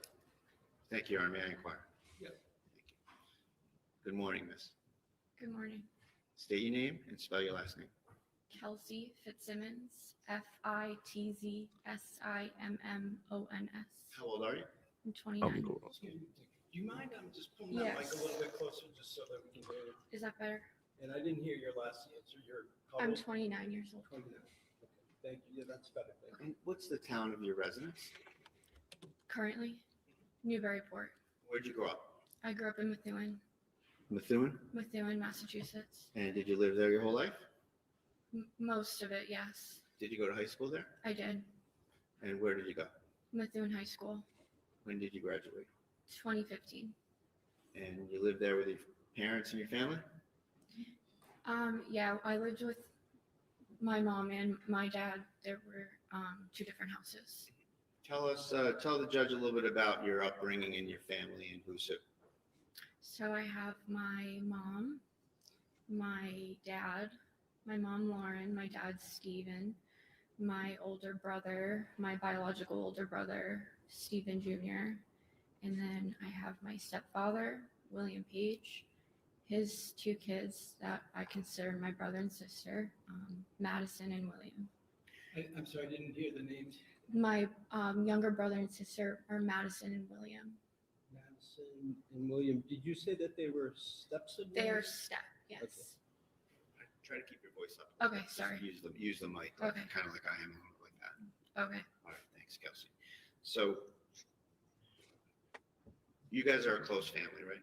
Yes. And they've been with you through this process the whole time, right? The whole time. When did you graduate high school? 2015. Did you go to college? I did. And where did you get your degree from? I got my degree from Fisher College. I got my Bachelor of Science in Criminal Justice. What year was that? 2020. What were some of the awards and distinctions you received at Fisher College? I think my junior year, I was inducted into the Criminal Justice Honor Society. In my senior year, I was voted in as the president of the Criminal Justice Club, and I just worked closely with campus police there and the advisor of the Criminal Justice Club. Did you work while you were in college? I did. Where'd you work? I worked for the college as a work study, and I also worked as like a host / waitress down the street at a restaurant called Cheers. Did you do any security work? Yeah, in 2016, I was hired by Fenway Park Security, and I believe I worked there in 2017. And like throughout all of Fisher College, I worked for campus police as a work study, like a dorm proctor, checking IDs of students. After graduating Fisher College, you had the B. Is it a BA or a BS? Yes. BS in criminal justice. Yes. And what was your kind of goal for your life and your career with that degree? When I graduated, it was the peak of COVID, so everything got a little confusing on what my next steps were. My plan originally was to try to go straight to a police academy, but when I graduated, there was no police academies running, so I decided to, because I love school, I decided to further my education and go to law school. Where did you go, and tell us about law school a little bit? I went to Massachusetts School of Law. I did about 3 semesters, and then some academies started to run again. And did that change your pathway? It did. What happened? The Essex County Sheriff's Department started doing Sheriff's Department academies again. So I applied to be a corrections officer, and that was in 2020. And I went through their academy in 2021. Where's that academy? Their academy is at the Northern Essex Community College in Haverhill, Massachusetts. And what was the course of study? Just in general, what did it entail and how long was it? It was 3 months. It had to do with just the training of being a corrections officer. Our whole job was safety and security of the inmates that were housed in the jail. So it went a lot into safety and security. So you spent 3 months at the Sheriff's Academy, Yes, and you were hired by the Essex County Sheriff. I was, yes. When was that roughly? That was in 2021. I think it was September of 2021. What was your kind of original first assignment when you got to the I Sheriff's boosted Department? sound a bit more. I worked in housing. I was assigned to housing the whole time I worked there. Did you have any other jobs while you were at the Essex Sheriff?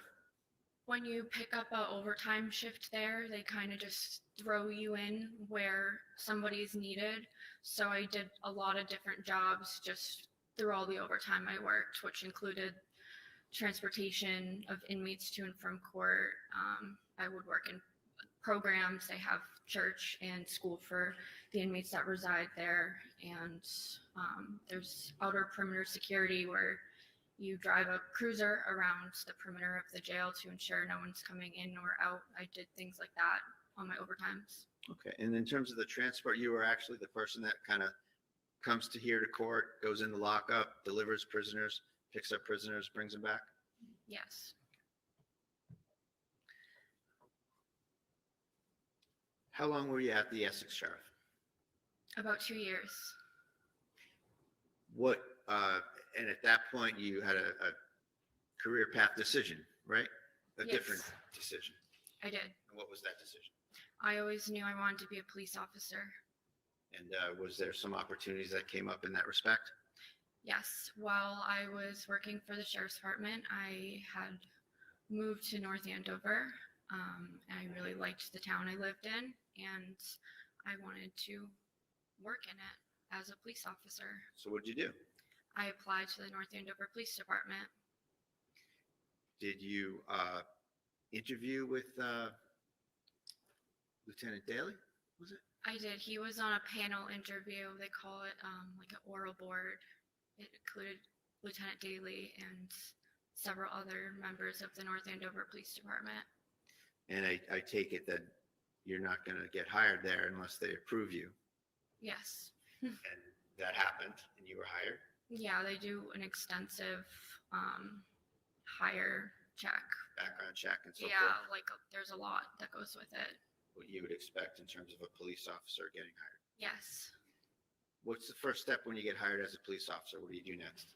You have to go to the police academy for 6 months. So you've been through a 3-month Essex Sheriff Police Academy, training academy, and now you're about to start a 6-month North Andover Police Academy training, right? Yes. And where did that training take place? That also took place down the hall at Northern Essex Community College in Haverhill. And you spent 6 months going to that? 6 months, yes. Was that, is that something where you like stayed there the whole time, or did you come and go? Did you commute? How does that work? I commuted. I got there in the morning, left sometime in the evening, and we had weekends off. So it's 5 days a week. When did you graduate from there? I graduated in May of 2024. And did you run for any positions within the academy that they have in your class?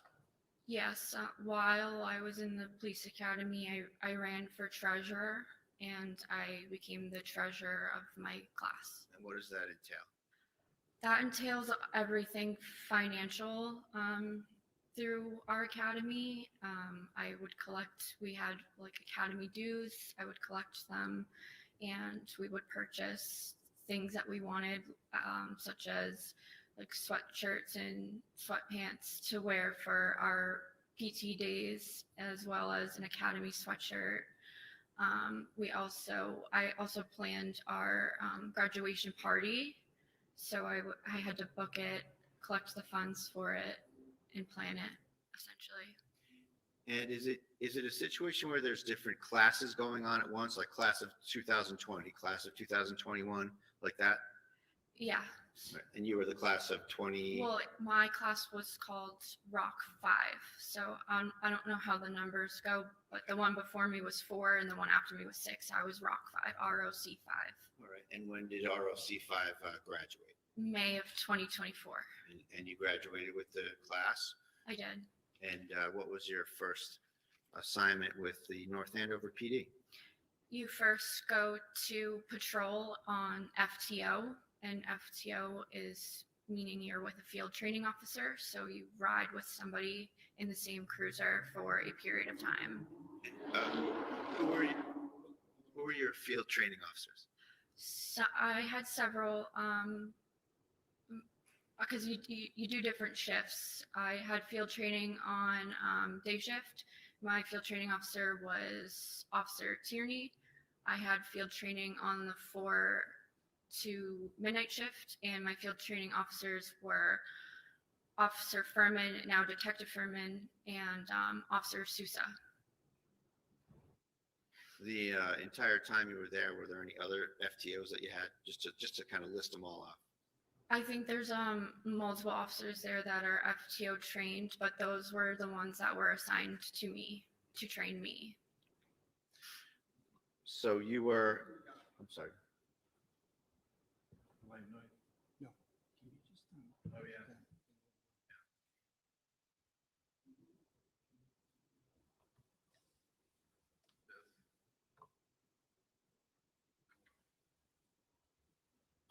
Thank you. So, Ms. Fitzsimmons, in your employ at the North Andover PD, you assumed the job of a regular patrol officer at some point, I take it? Yes, I was a patrol officer. And after you finish with field training officers, do they have some sort of a say in how you function in the field and report back to the administration or the supervisors about how you're functioning? Yeah, so the supervisor on your shift, your field training officer gives them, like, I think it's a weekly report of how I did on calls and what calls we went on together and how I performed, stuff like that. And eventually, I think, I don't know exactly how many weeks I was on field training, but after it's complete, the sergeant will take you in his cruiser and you drive his cruiser and respond to calls or make traffic stops.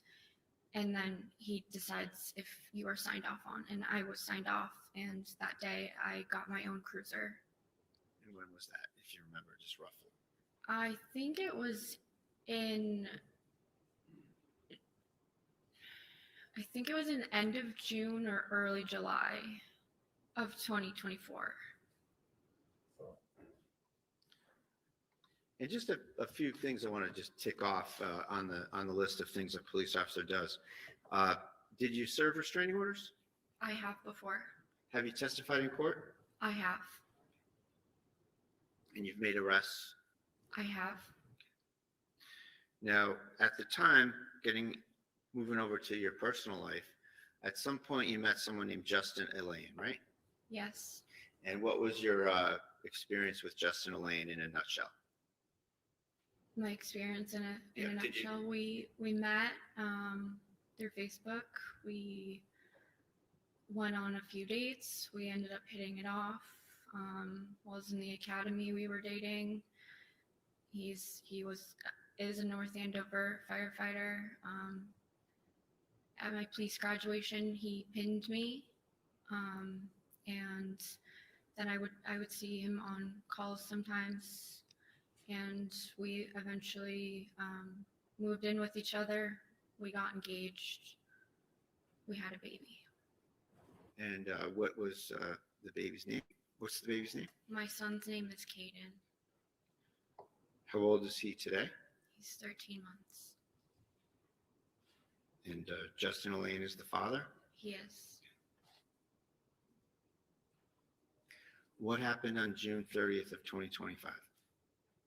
On June 30th of 2025, I woke up in the morning. Let me be more specific. Okay. I'm sorry.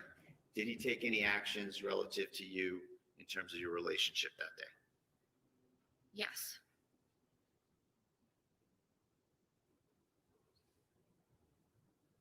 And what did he do? He obtained a restraining order against me.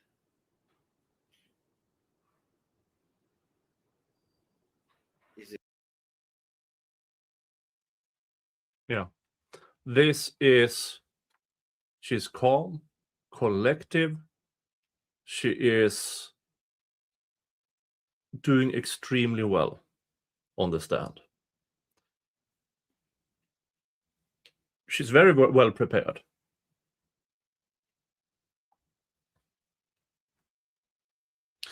Timeline, experience. It's a good one. For that, thank you to Anima Rampere. Come on, people. You don't want Mr. Jingles to be denied his treats, do you? Don't make Nick have to resort to pillaging again. And Slidey, thank you so much. Saying thanks, Nick, for all you do. Thank you so much. That is so nice of the both of you. Thank you. Yeah, that's a good suggestion from them. Where is Mr. G? He was here earlier, but he took off, and I'm not sure where. But he will make himself known when he is close by. Is it fair to say that he broke up with you via a restraining order? Yes, I did not speak to him. I realized our relationship was over when a restraining order was handed to me. Yeah. So let's rewind to the events of that day, okay? So that morning, were you... Yeah, imagine being such a trashy person that you can't just walk up to her and say, this isn't working, I want to call this off. And I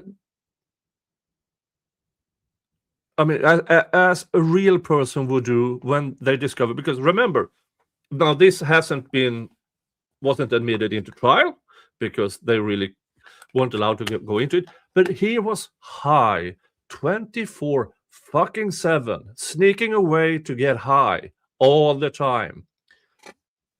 The defense team says they have over 200 instances of him sneaking away to smoke pot around the house, where he had an infant baby. And what does he do? The shit fuck, the no man.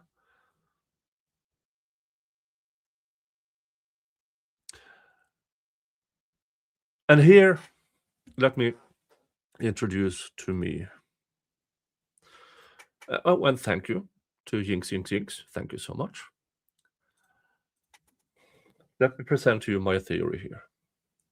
Have you ever... Well, let's just go through what he has actually done to... Now, he found her. They fell in love. He moved in with her. He got her pregnant. He got all the things except what he never deserved: respect. So what he did, in my opinion, he turned her friends against her. I would not be surprised if he tried to turn her family against her as well. He turned her colleagues against her. Now, they claim there's no contact and they have never spoken. The police officers and Justin, I'm a liar. I don't believe that, not for a second. And then instead he makes this move. He takes away everything of worth from her. Do you recognize the pattern here? This is the pattern of an abuser, not a physical one, but a psychological one. He just... And this over here is called white knighting. He, in my opinion, he thought that he would gain control over time. But he didn't, because he's a fucking loser. So what he did was to take everything of worth away from her. Child, dog, house, job, everything. And his plan was probably, at the time of the hearing,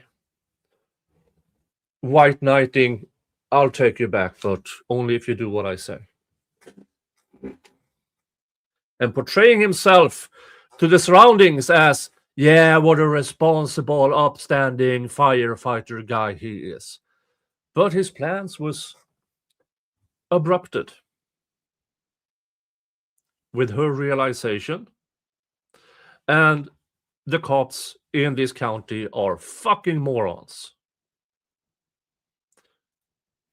As Texan, he accessed her health and OB records.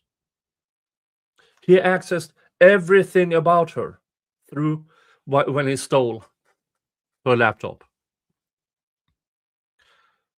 He allegedly stole money.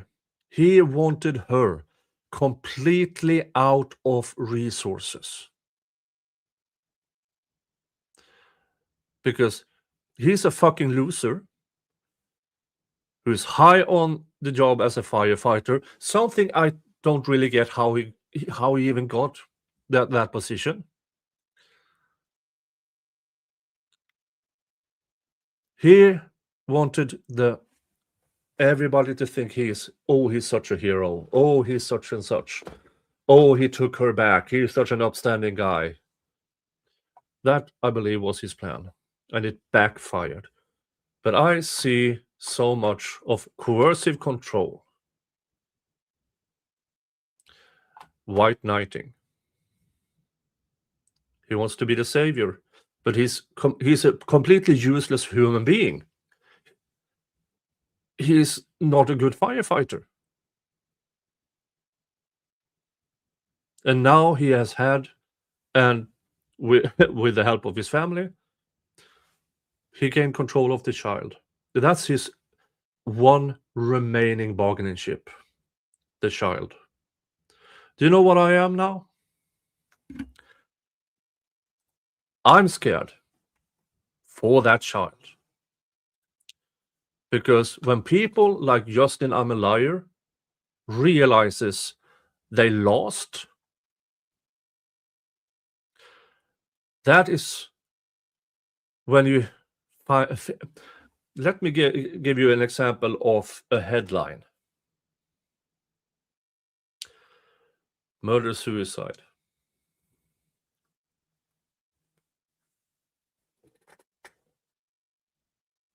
I'm genuinely afraid of what's coming next if Kelsey is acquitted.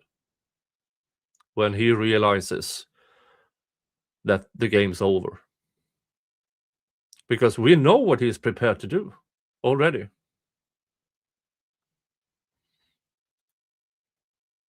White knighting. And when these white knighters gets exposed, thrown out, discarded, they lose control. That is a theory I have been brewing on for a bit here. You tell me if I'm wrong, tell me if I'm right, scrutinize it, please. But I do think I'm correct in that. All right, let's get back to trial. Home? I was. Who was home? So my sister slept over the night previous, so June 29th to June 30th. So she was over in the morning. Maddie. That's Madison, yes. I was with my son. I had work at 1 p.m. I had to go to CPR training at 1 p.m. Now, had you been out of work for a while? I was, yes. And when did you first go out of work? I worked up until I gave birth. Caden came 5 weeks early, so I wasn't expecting it. So I went out basically the day I gave birth to him. And his birthday is what? February 16th, 2025. Now, when you were seeking to go back to work, did you get cleared to go back to work in June of 2025? Yes. Did that entail going through certain trainings and getting reviewed and stuff? I did. what was the event on the 30th that you had to do to finish that off? I had CPR training at 1 p.m. on the 30th scheduled. Was that your last thing you had to kind of go through? That was it. Yep. Were you seeking to see Justin Elaine that day? Yes, we had spoken through text and on the phone in the morning. I was asking if he would come home because he hadn't been home in days, to be with Caden while I went to work. Yeah, he left home. He hadn't seen Caden, his son, for several days. Abandoned.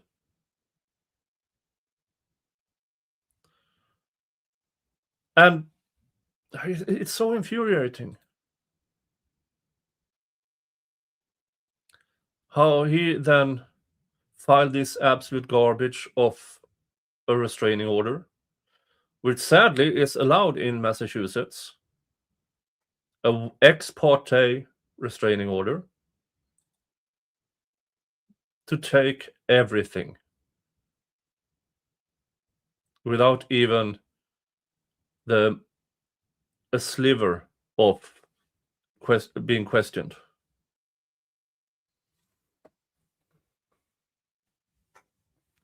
And then once, remember, he has not seen his kid for days. And the first thing he does when he's handed the car seat, he just hands over to his sister. He doesn't care about Kelsey or the baby. He just wants control. But he's too stupid and too weak to gain it. So he shows violence. And his response basically was, I can pick him up and watch him. And I said, you're not a babysitter. So there was a bit of argument about that.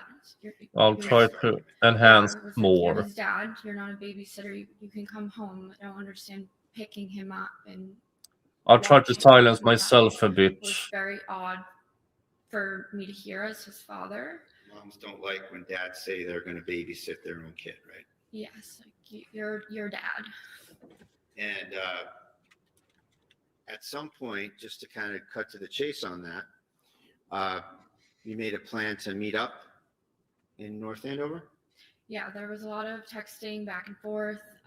He originally said yes, and then he said no, and then he said, I'll meet you tomorrow.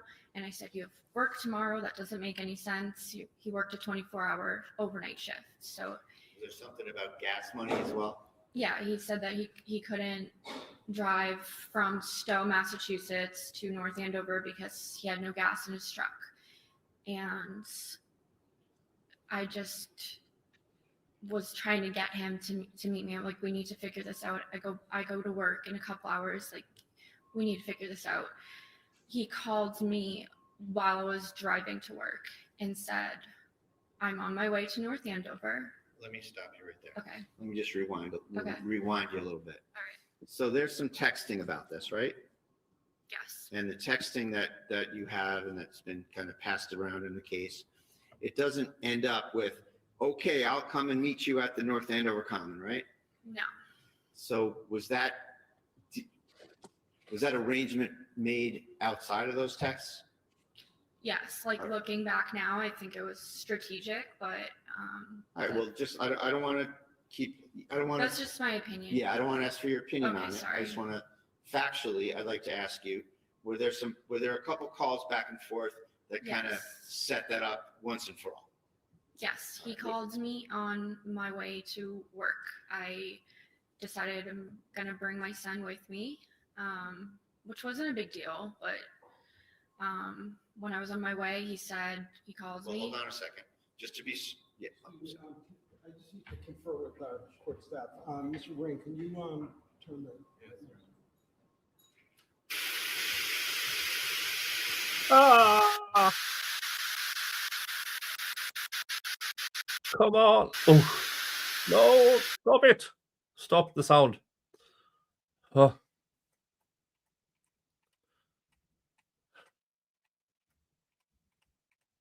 We're back on record on the Kelsey Fitzsimmons matter. All counsel and the Okay. defendant are present. Okay, so they took a break. Could you retake the stand?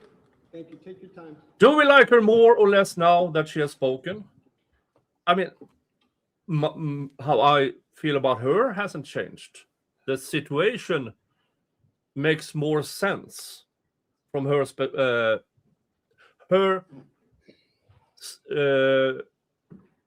testimony of events. Makes sense. And just again, pull yourself up to that mic. Yep. Then make yourself comfortable.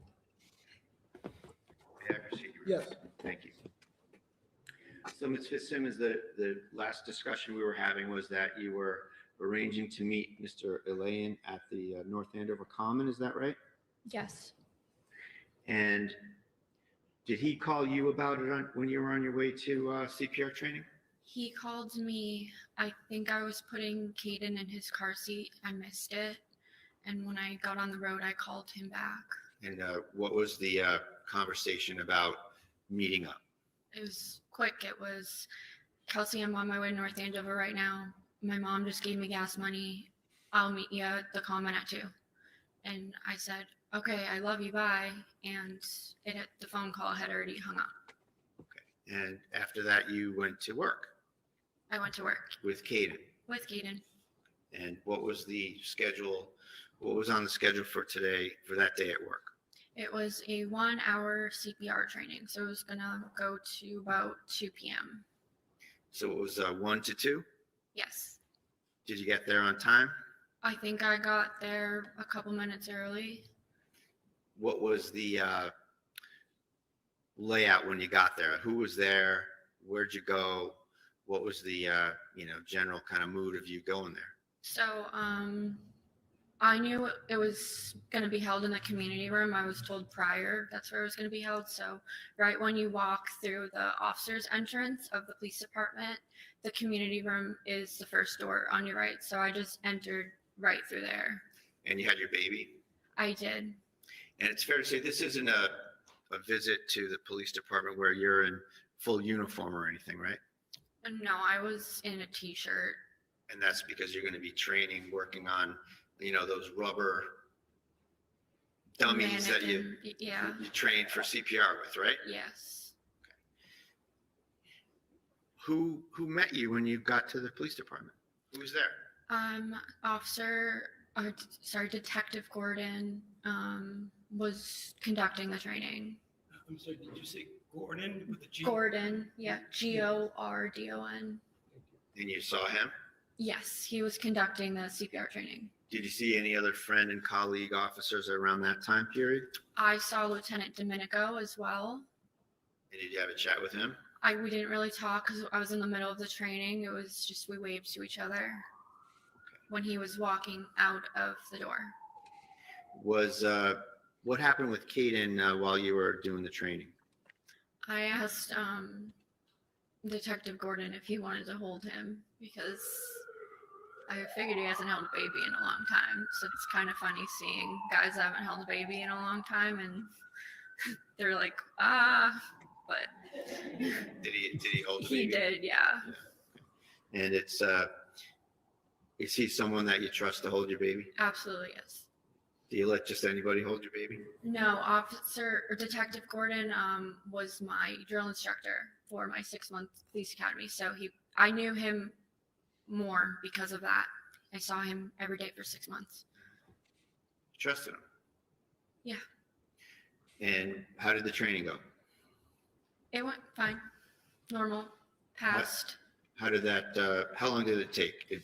It takes about an hour. What time did you finish? I think it was around 2 p.m. Who else did you see while you were at the station? Just Lieutenant Domenico. I had texted, I was supposed to pick up my radio from an administration office upstairs. And I had texted the person that was giving me the radio and said, I'm just going to grab it tomorrow because I was like more focused on go to the park. So it's like I can just drive to the station tomorrow and grab my radio. Were you, quote unquote, on the schedule? Yes. Start soon? Yes. And what was the schedule when you were going to start? I was going on to the day shift, which is 8 to 4 p.m. And I was supposed to start on July 4th. You left the police station at about what time? Detective Gordon walked me to my car. I probably pulled out around 2:05. Where'd you go?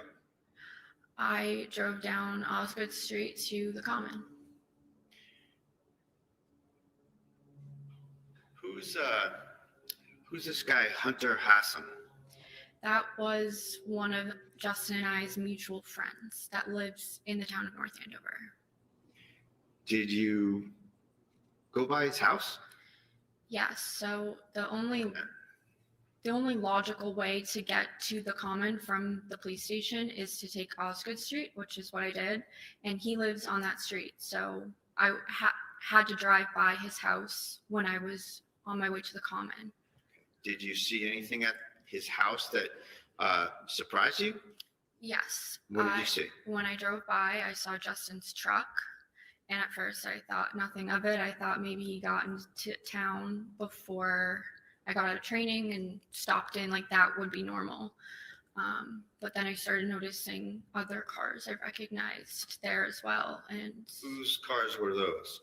I saw my maid of honor's car, Katrina Caruso.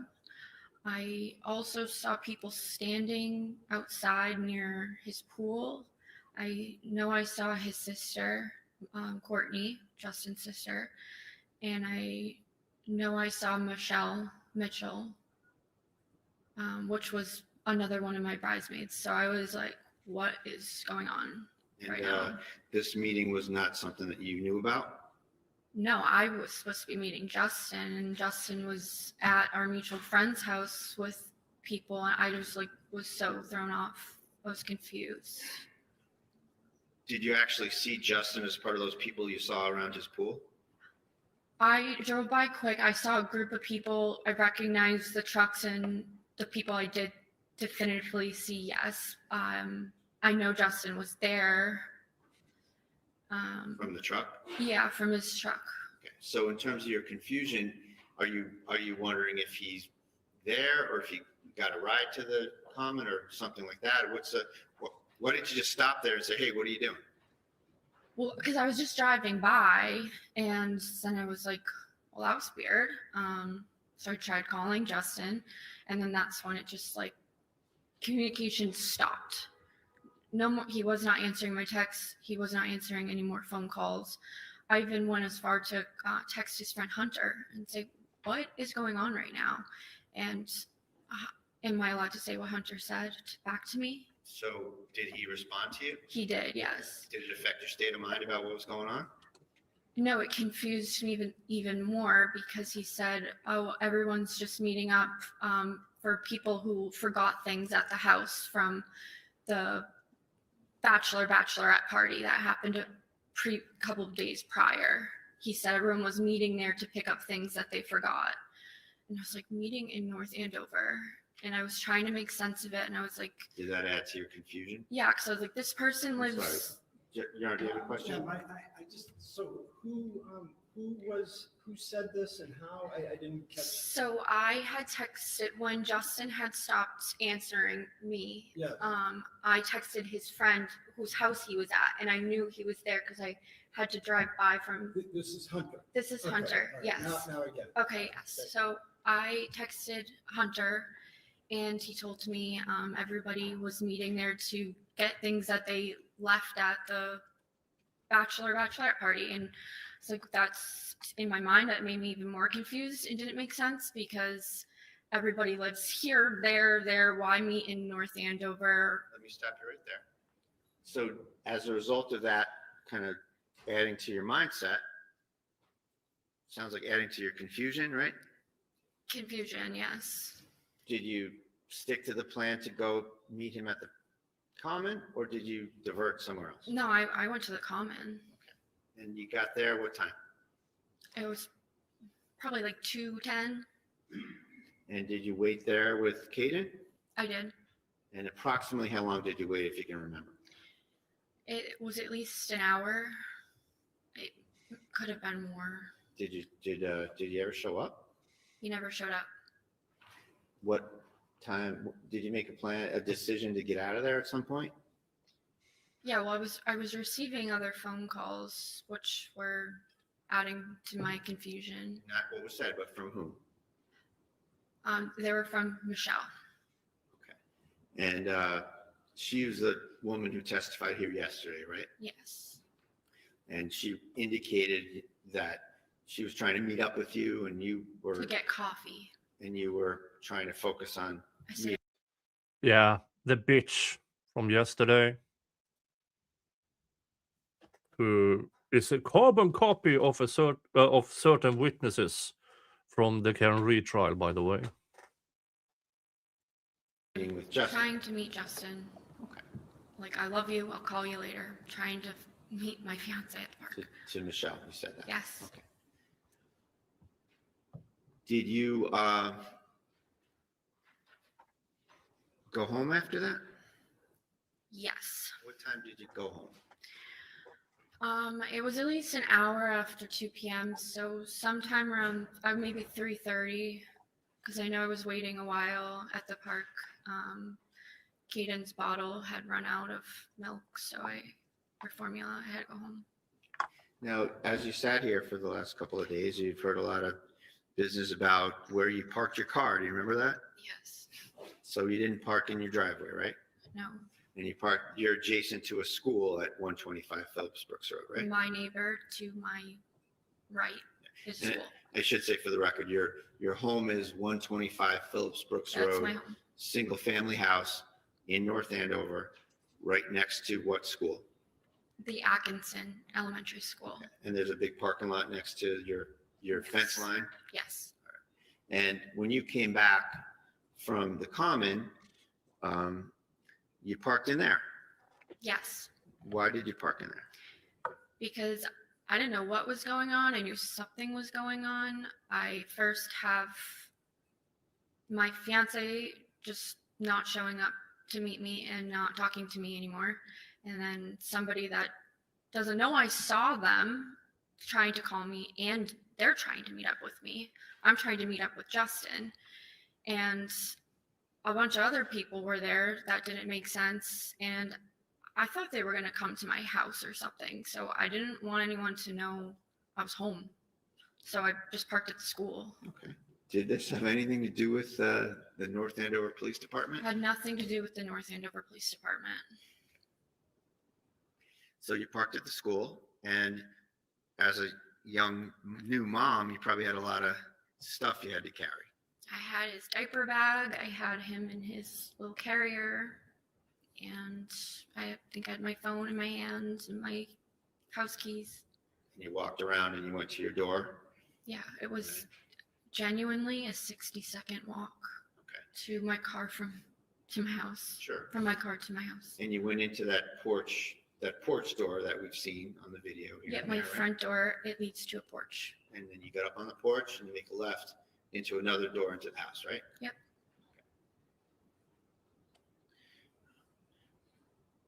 What happened when you first got home? What did you do? I made Kaden a bottle. I called my mom. I asked my mom if she would come over because it was like, what do I do? Like, what's going on? So you wanted some support from mom. Yeah, so like advice. My mom's my best friend.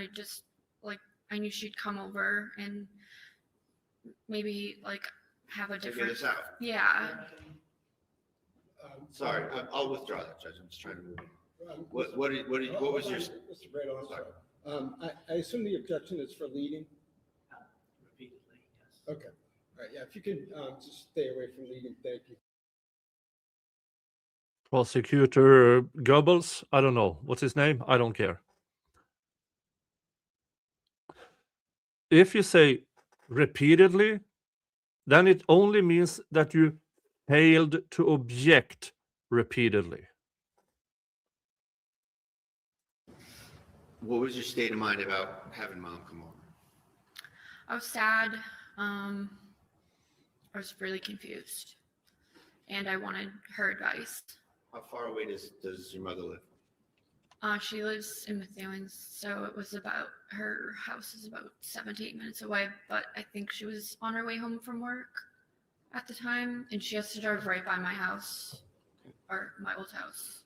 How was Caden at the common and then getting home? How was he behaving in terms of fussiness, or was he okay, or sleeping, or quiet, or what? I ran out of his bottle while at the common. I thought I'd brought enough. I think if our plans played out, I would have had enough for taking a walk in the common. But because I was waiting for so long, I ran out of his bottle and he started crying. I drove right home. And then at home, you made another bottle and started to give him the bottle. Yes, beat him. Okay. What time did your mother get there? Approximately. Like maybe 5 to 10 minutes after I got home. And you sat. Did you visit with your mom for a while and consult with her on the situation? Yeah, we sat on my couch while I fed Caden. She did some, like, my house was messy, so she was just trying to pick up around the house a little bit for me. And we were talking. Okay. And did she leave at some point? She did. When was that? Probably had her over for about an hour. So maybe like 5 o'clock she left.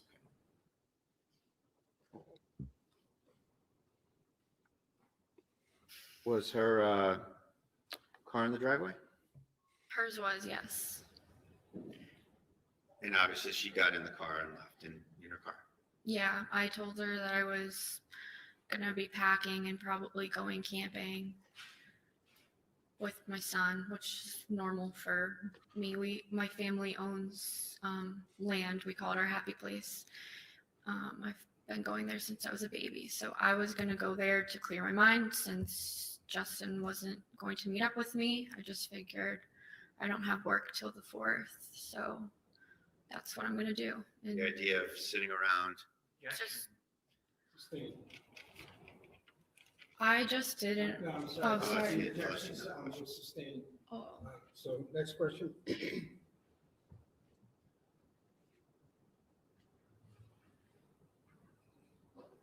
Why did you want to go up to the land? To clear my mind. I've brought Kate in there 2 times before, and like for a 4-month-old baby, he crushed it up there. He loved it. So I just thought, I texted Justin, I'm going to my land. He knows what that is. He proposed to me there. He knows I call it my happy place, and I told him I'll send you pictures when I get service, and I love you because there's not good service up there. And that was the last thing I ever said to Justin. When your mom pulled out of the driveway, did you get a visit from the North Andover police? I heard someone knocking on my front door when I walked up to the porch. How long after your mom left did the police knock on your door? I know now approximately 3 minutes. And what were you able to do to figure it out pretty well?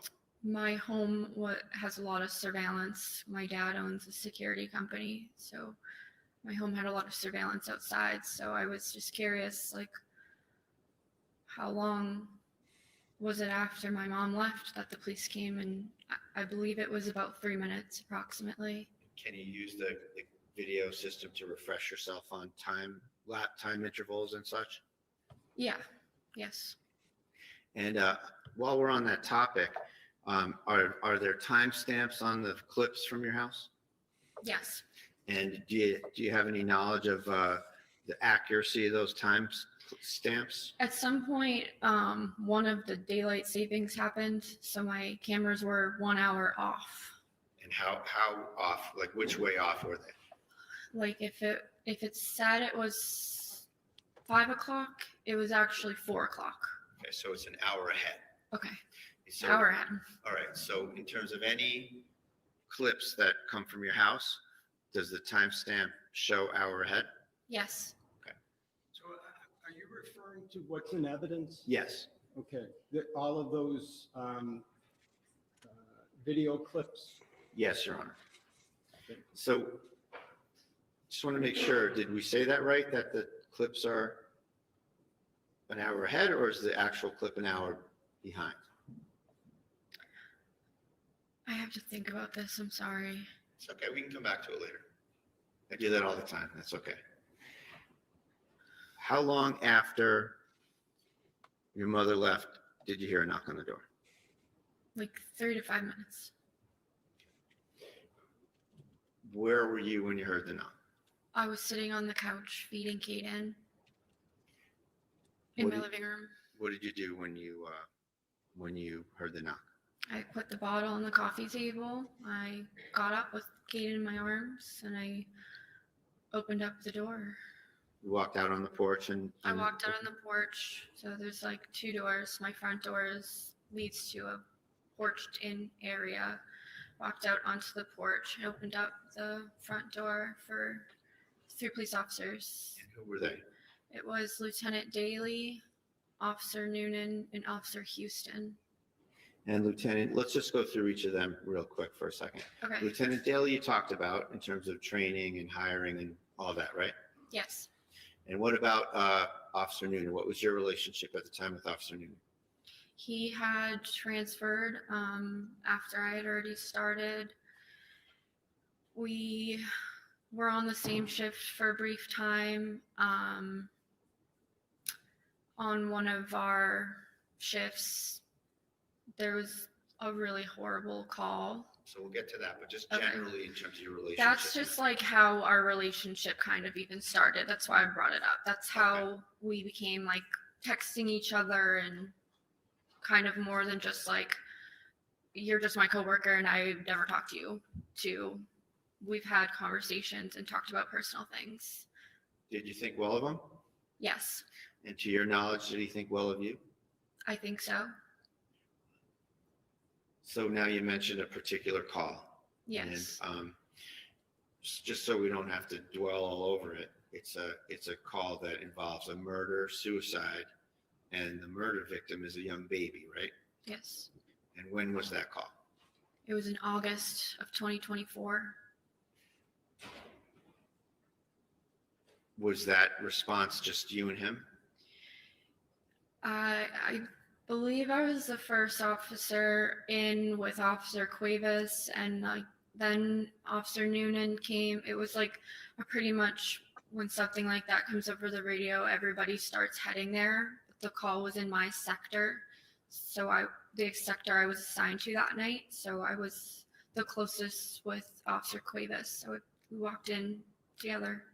And just to encapsulate it, the call involved administering first aid, and it was a difficult call.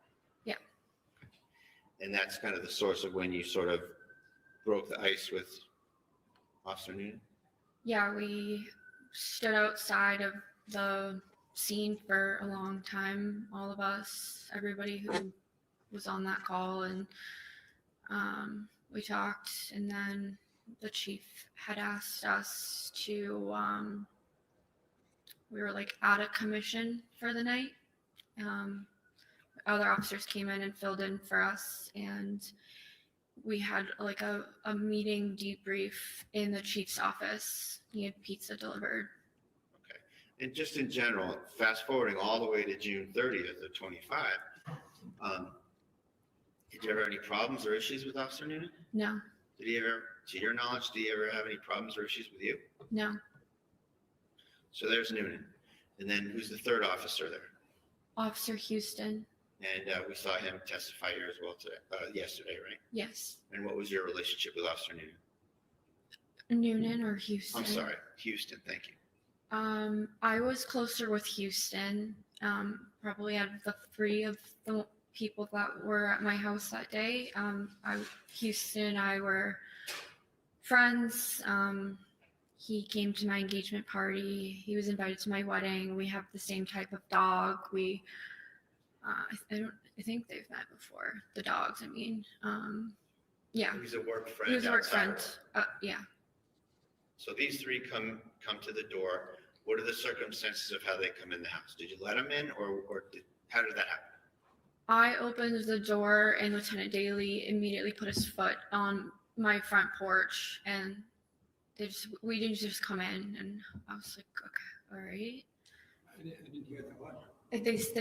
When I opened the door, Lieutenant Daly put his foot into my porch, and they just said, we need to come in, and I said, okay. And then did you turn around and you and Kaden walked back in the house and they followed you? Yes. So what happened when the five of you, got into the living room area? They asked me, Lieutenant Daly asked me to put Kaden down in his car seat. They've referred to it as like a rocker. It does rock, but it was his car seat. And I was in the middle of feeding him. So when I put him down, he was obviously crying. And I was like, whatever this is, I'm going to hold my son. Because they had a folder. I knew they were going to give me something. Wasn't At that moment, yeah. did you have any idea what was going on?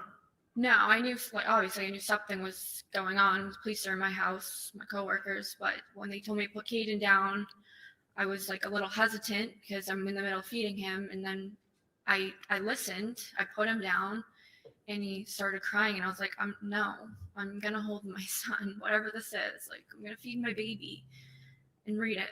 So I picked Kaden back up, and I had him on my lap while I opened the envelope, and that's when Lieutenant Daly said, Justin filed a restraining order against you. Okay, so you're trying to read it and he's talking to you and the baby's crying? Nope, baby you're isn't feeding crying him. anymore. I picked him up and I'm feeding him.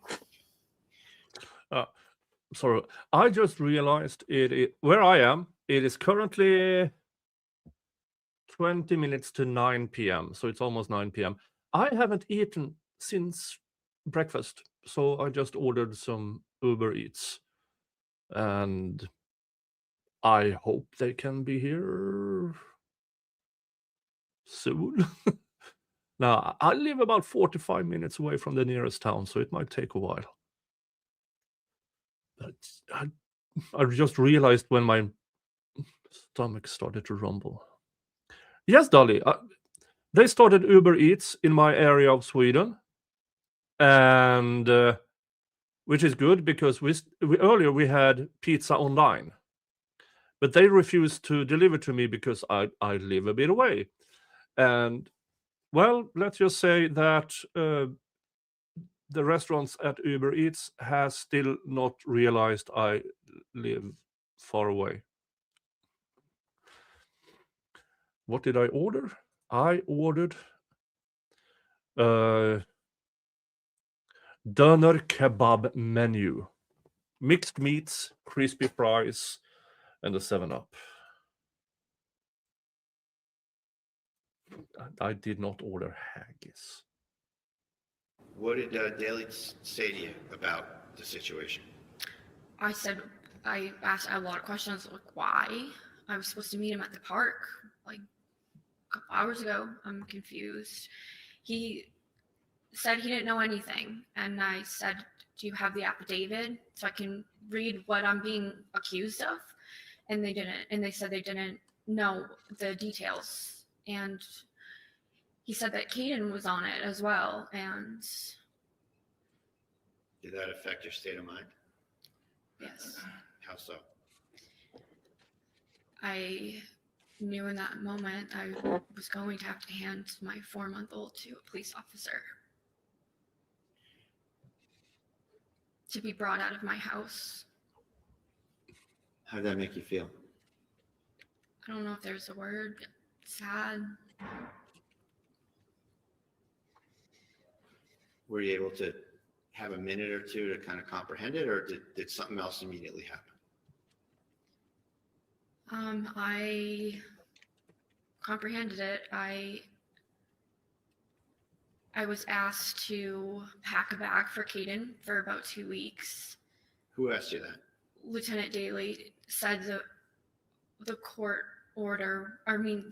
date was in 14 days. So he said, pack enough for 2 weeks. And He said that to you? yes, So you didn't take it upon yourself to want to do that? no, they told me that I needed to pack a bag for Caden because he was going to go be with Justin for at least the 2 weeks till the next court date.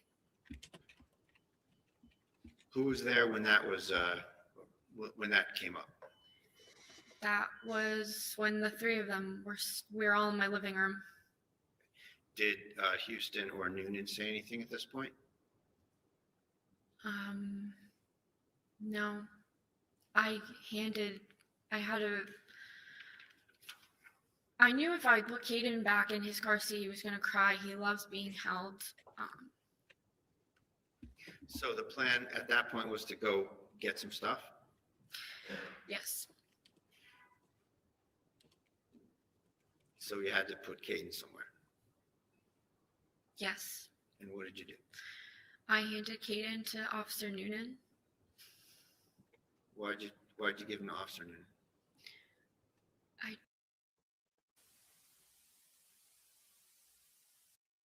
For fuck's sake.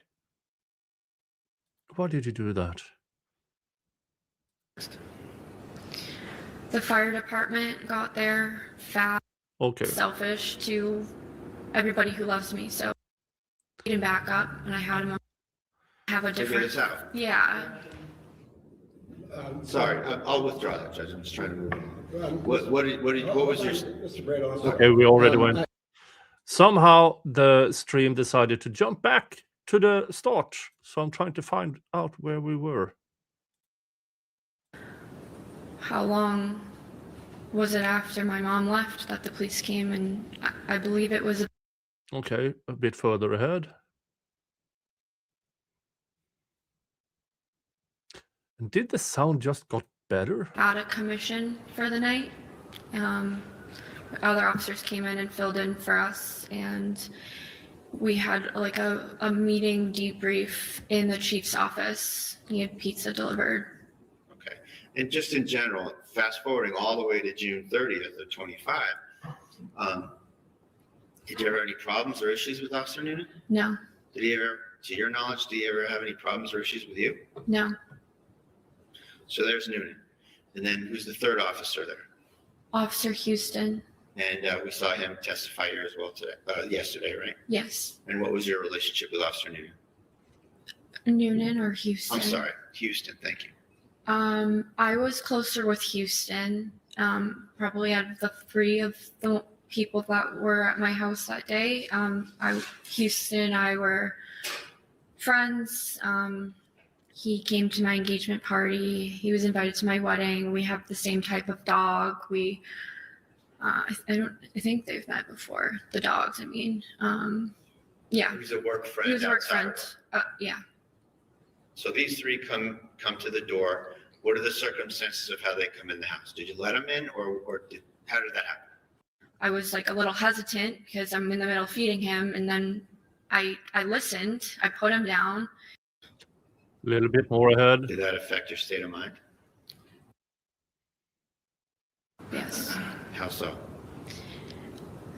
I knew in that moment I was going to have to hand my 4-month-old to a police officer Okay, we were a little bit to ahead be of brought this, out of but my house. How did that make you feel? I don't know if there's a word. Sad. Were you able to have a minute or two to kind of comprehend it, or did something else immediately happen? I comprehended it. I was asked to pack a bag for Caden for about 2 weeks. Who asked you that? Lieutenant Daly said the court date was in 14 days. So he said, pack enough for 2 weeks. And He said that to you? Yes. So you didn't take it upon yourself to want to do that? No, they told me that I needed to pack a bag for Caden because he was gonna go be with Justin for at least the 2 weeks till the next court date. Who was there when that came up? That was when the three of them we were all in my living room. Did Houston or Noonan say anything at this point? No. I knew if I put Caden back in his car seat, he was gonna cry. He loves being held. So the plan at that point was to go get some stuff? Yes. So you had to put Caden somewhere. Yes. And what did you do? I handed Caden to Officer Noonan. Why'd you give him to Officer Noonan? I could say I trusted all of them. But I knew Officer Noonan I know Officer Houston has no kids, and I knew Daly seemed like preoccupied, and I knew Noonan had kids. So I guess that's probably what went through my mind, but it really wasn't that much of a thought. I just knew I had to have someone hold him because I didn't want him screaming in his car seat on the ground. Was he someone that you trusted to do that? Yes. What happened when you handed your baby to Officer Noonan? He took Caden from my arms. And what about the bottle? What happened with the bottle? He took the bottle as well. And what did he do with respect to the bottle and Caden? He was trying to feed him. The was, and why wasn't CPS present? This is awful. Apparently, in this county, it's deemed not necessary. And for me, this is absolutely unthinkable. Over here in Sweden, it's mandated. When a situation arises, when a child is being removed from either one or both parents, case worker has to be there. Often, it is the other way around, that there is two case workers who brings along one officer when these things happen. But here, only officers, and only male officers? That doesn't make sense. Because the precinct here has a social worker assigned to their precinct, which they could have brought. They could have chosen any of the other, I believe there are 6 or 7 more females in that office. Didn't bring any of them. Yeah. Also something here. Who is actually representing the child? Because the cops can't. They are a party involved. Who's actually representing the child's interest here?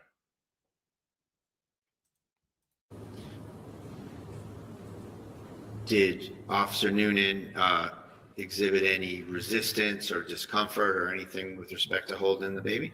No, I think he said like, "Oh, I haven't done this in a while," like something like that.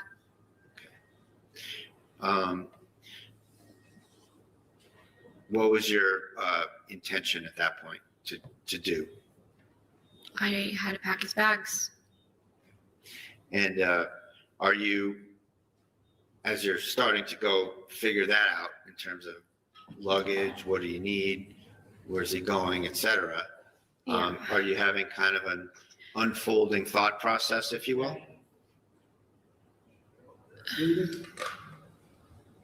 Sustain. I'm just asking her what she's thinking, Your Honor. What are you thinking? So it took I grabbed one of my duffel bags and I first went in the kitchen, and as I was putting the bottles in the bag, it was just kind of like all setting in exactly what was happening. And Yeah, folks, a bit of trigger warning, because I believe what she's going into now is what, not safe for work, not safe for kids. She's going into her state of mind, which is very, very dark.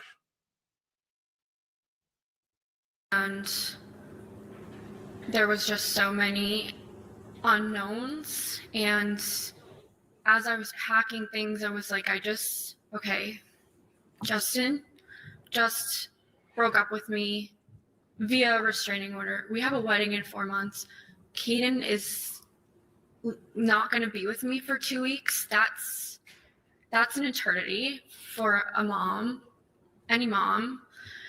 And everyone was just brushing over the fact that it was 2 weeks. And I was like, 2 weeks without Caden? Like, and I just kept, in my mind was just going fast. Like, I can't work overtime because I have a son now. I can't afford my home by myself without overtime. It was just, I lost everything. Even my doggy was on the restraining order. Maverick, my dog Maverick, was on the restraining order. For the love of fuck.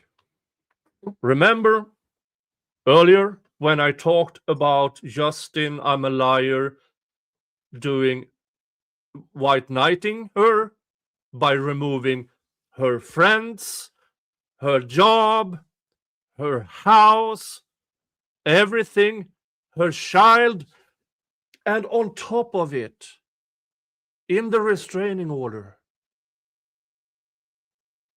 they want the dog removed as well. Her dog. There is nothing. That is just being cruel. Justin, I'm a liar, really wanted her with absolute nothing. In my opinion, as I said earlier, so he could because he could then go back to save her, white knighting her. Classic abuser behavior. Isolating her, tries to isolate her from friends, probably did it with her family as well. Probably failed, probably tried. And then because he's such a weak, sorry excuse of a human being, he can't even do it, I mean, eye to eye. He gets a restraining order based on jack shit. Okay, and gone. So, Forever DM, sorry folks, for a person or bot in the chat spammed with poop emojis, so he got a 10-minute timeout. Returned and started again. Now he's permanently banned. Sorry for that, folks.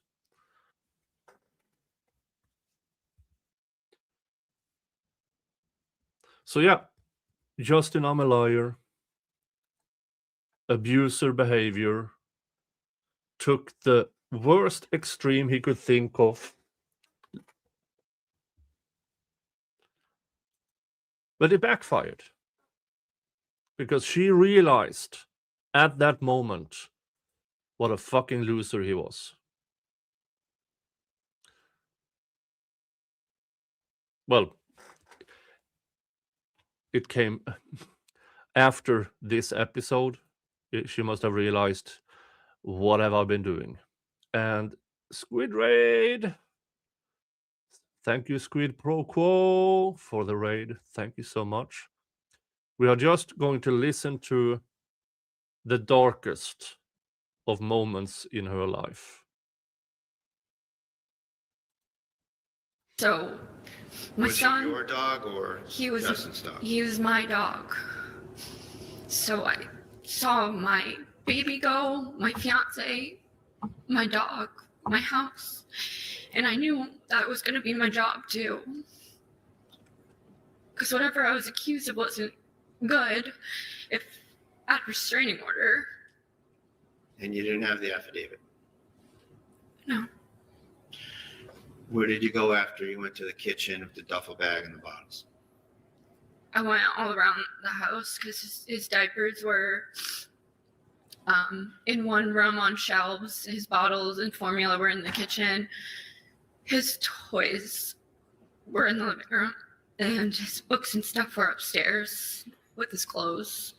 Tell us what you did on the first floor before you got upstairs. What was the On the what was first- the packing there? On the first floor was bottles and formula. And he was just getting introduced to like purees. And I had just ordered purees from Target, so I packed all those too. Then I went into the I went into, it was like our exercise room. It had shelving on the wall, and there was just like a ton of boxes of diapers. I just put those aside and was like, 2 weeks, a lot of diapers, so keep the boxes.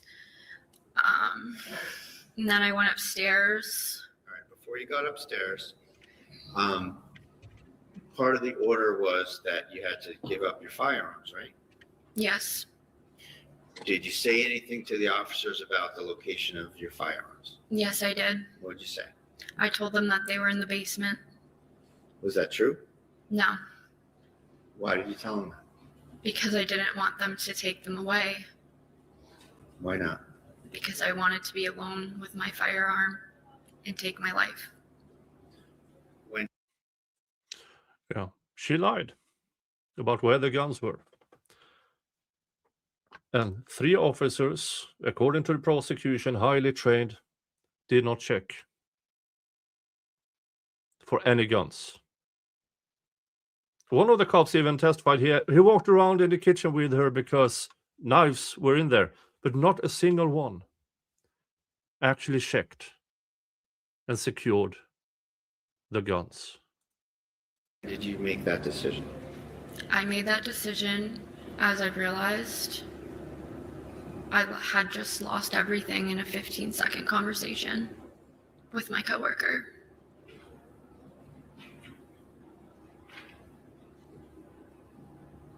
Where were your firearms? They were upstairs in a green safe In your bedroom? in my bedroom. Isn't it weird that Justin, who was there the day before collecting his firearms, never told the cops where the guns were? Isn't that strange? Isn't that strange? In all of that restraining order thingy, he never once whispered about where the guns were. Ask yourselves why.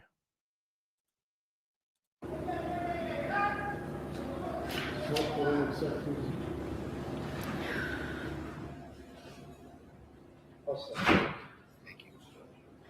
So you went upstairs, you mentioned? Yes.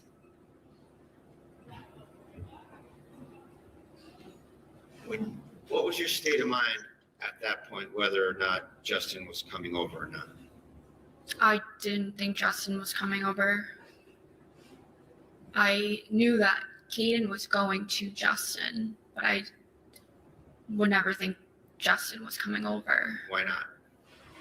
That's just not like normal practice to put a plaintiff and defendant in the same room intentionally. Usually you're doing the opposite as police officers. So I didn't think Justin was in the house.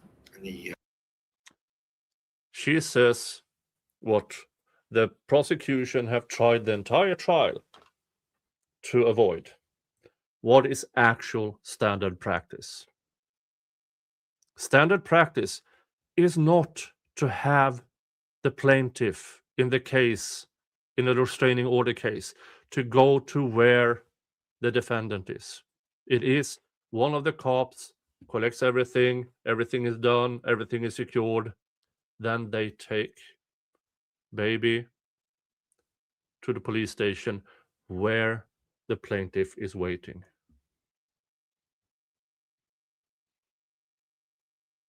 That is actual standard practice. And they not even failed to follow it. They made a situation that was bad so much worse. The opposite being what? What's the opposite of what they did here? They let Justin in my house. So what's the normal procedure? Normal procedure is to separate people. It's like the first thing you do on any call where there's any sort of argument, you separate.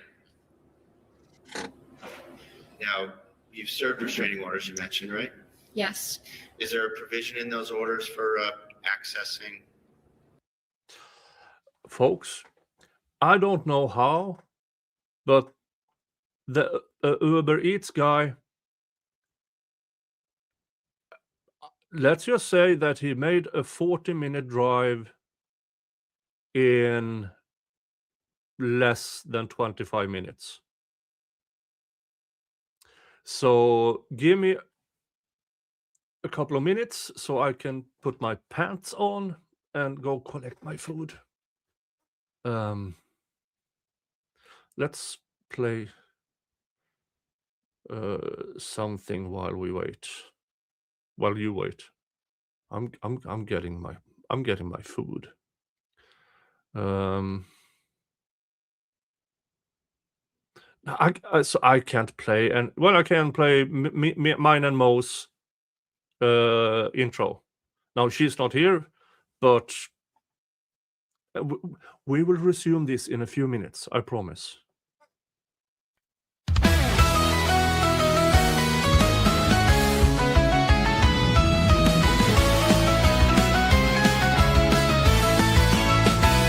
Snowstorm on the TV glow, red scarf, crescent bow, Santa Claus with a candy cane, pen, Sailor Mo hits pause again. Hey! Timeline, tangle like tinsel on the floor, where's the motive? I still want more. Santa flipping through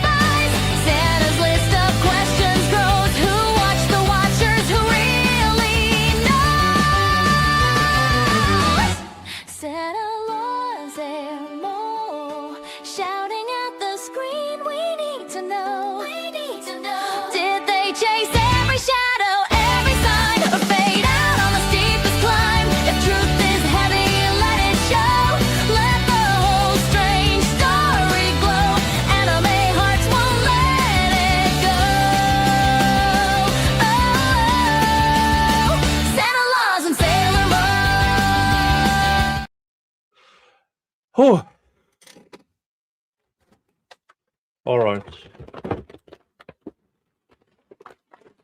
This is why I ordered from this place.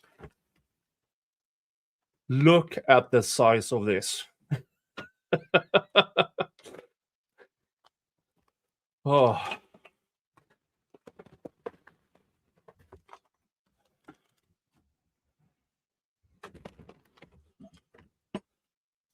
And when I have food, Mr. Jingles is here. What did I order? A doner kebab. With chicken and beef. Well, at least that's what they're saying, but I don't.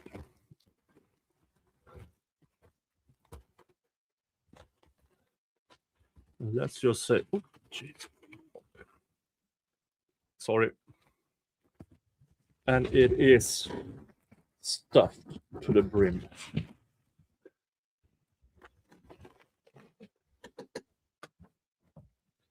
Yes, Mr. Jingles, I dropped some on the floor. Go get it.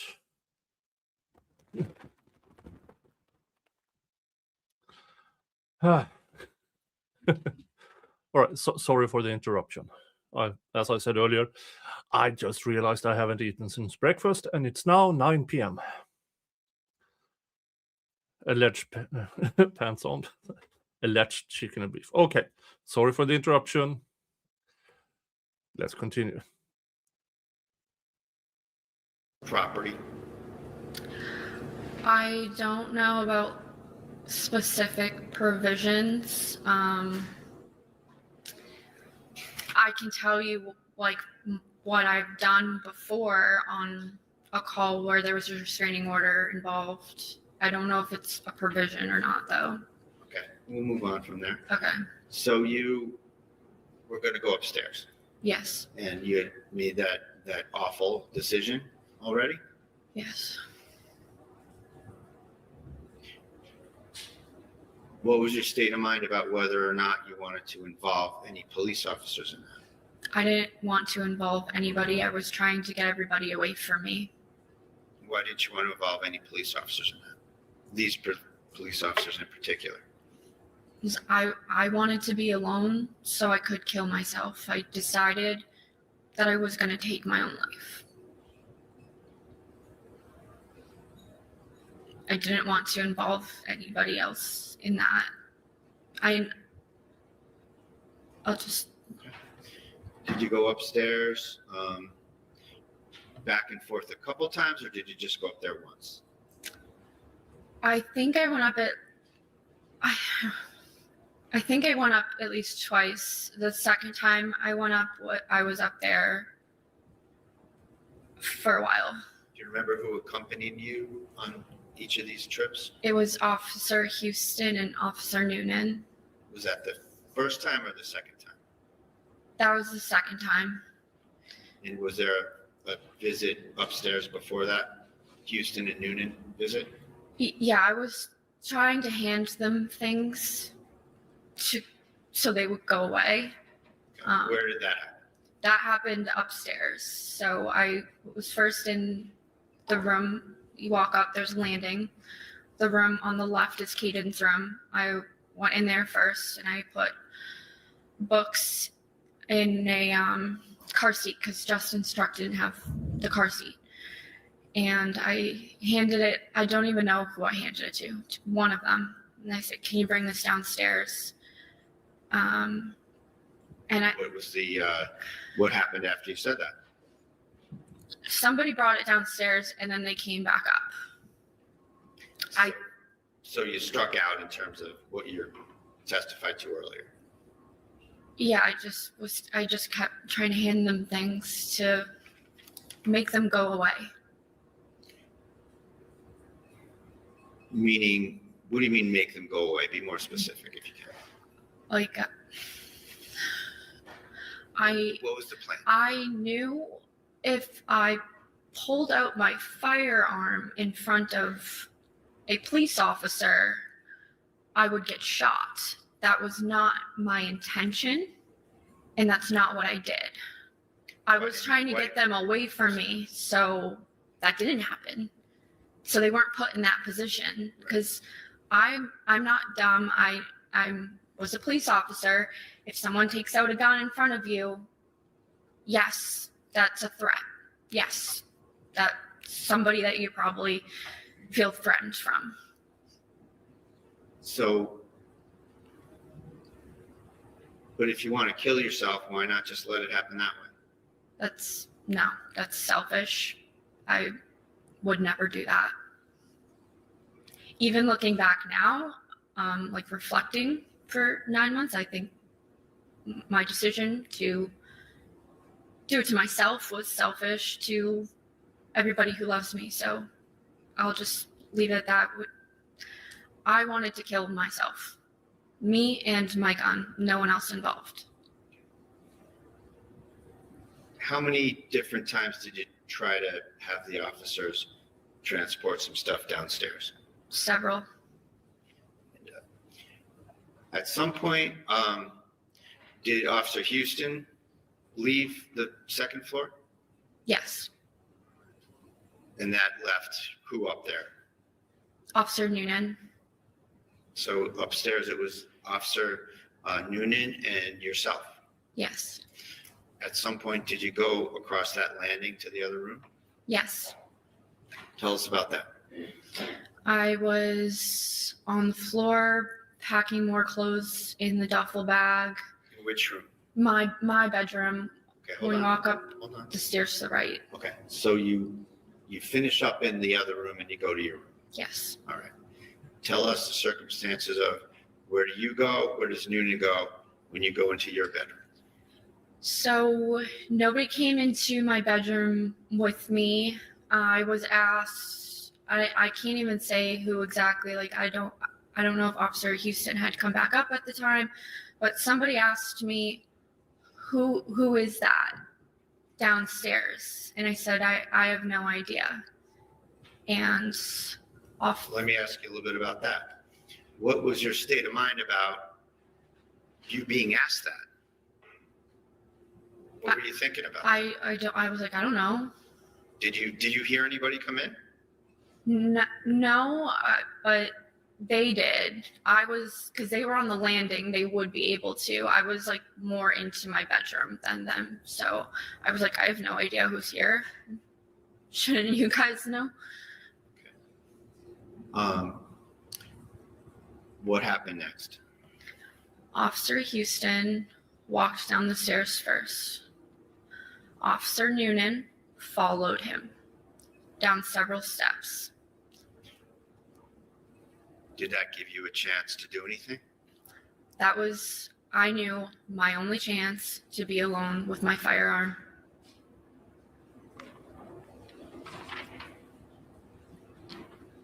Show you Exhibit 51.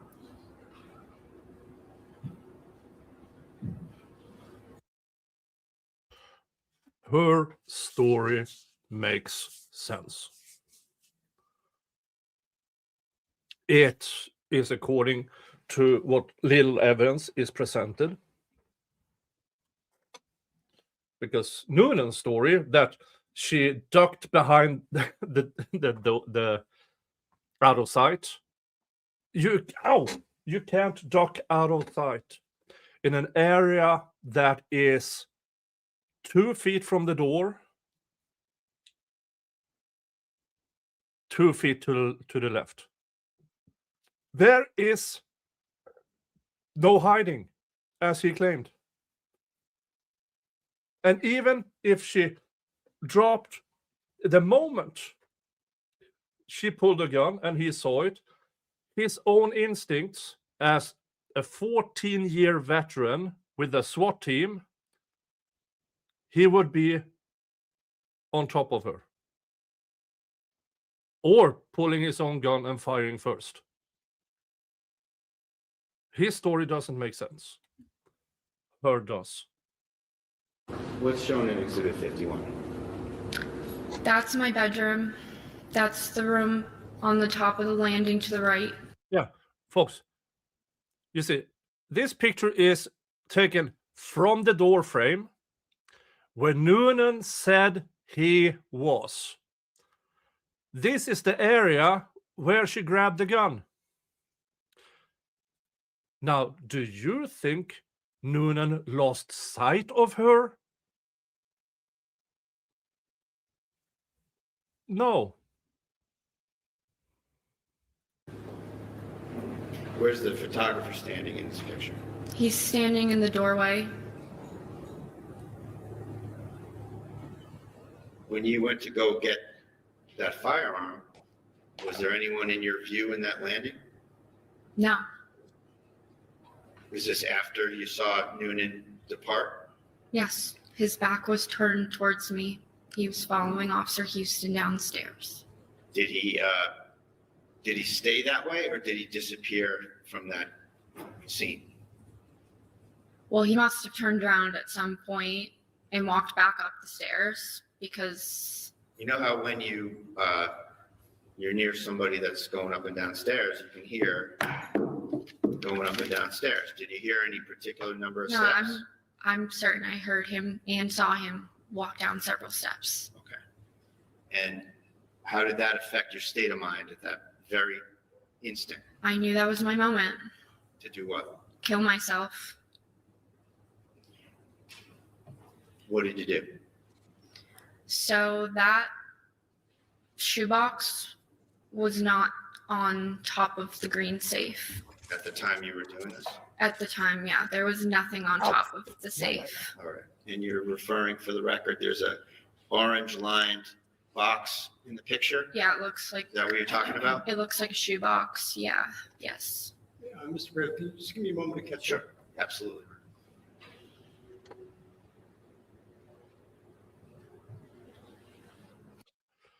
Sorry for, and thank you again to Anima Rampier saying Mr. Jingles knows some of the food is his because he saw those rumble rants come in. You have to share. That's the rules. You're absolutely correct. And here's some more meat.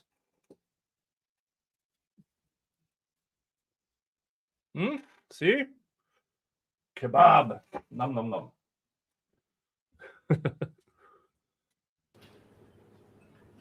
And thank you again, Anima Rampier.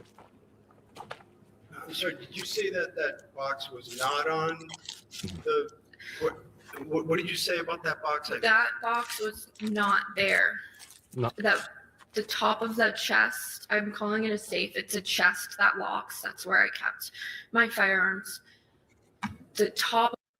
Yeah. And here is what Mr. Bradle did with the last prosecution's witness. He was very thorough in asking him how long were the original officers left in there by themselves with no body cams, nothing. That is preparation for a later statement, which is brilliant. Because the judge is the judge. He probably already, a good judge would already connect these things with the timing of everything. But it doesn't hurt to point it out as well. Amica fan, is she saying this photo is staged? Not by the photographer per se, but staged to make it fit Officer Noonan's story. That is what they are insinuating. Of it, nothing was on it. So whatever was placed there after, that was not there before. Thank you. Ready to go there? Yeah. And folks, this was, if I recall correctly, we're going to listen to it soon. Yes. What about the chair? Is that how the chair was? The chair was turned the other way because that was the chair I had rocked in. That was not facing that way. The back of the chair was up against the wall, I guess. So it's kind of like as you'd expect it to be in the room. Yeah, I would need to pivot like this to be right. So it was probably moved. My room is small. Okay. And to get at your guns in there, you kind of have to flip up the top of that chest. Yes. Where was your focus in terms of the firearm, the chest, whether Noonan's coming back? Where are you focused? I was just like, hurry up before somebody comes back. And what did you do? I grabbed the gun out of the chest. I put it up to my chest here. So what was going on with you putting it up to your chest? What was that all about? What do you mean when you say you put it up to it? Like I just You made a motion to your stomach area, right? Yeah, like I just grabbed it quickly. I bent over, grabbed it, put it here, took 2 steps backwards. And I don't want to make the motion of what I did because it's horrible. But I put the gun up to my head. Which hand? did you My use? my right hand, And where on your head did you put it? You can just describe it. my temple.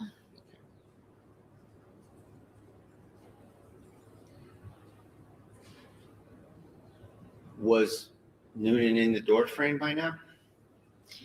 Not yet. He had just walked in, like when I pulled the trigger on myself, with the gun pointing towards my head. What happened when you pulled the trigger? He said, Kelsey, no. Kelsey, no. I pulled the trigger. I'm sorry, but I said fuck. What happened next? I got shot. How long after you said that did you get shot? I don't even think I got to the K in the word before I was shot. But what did that feel like?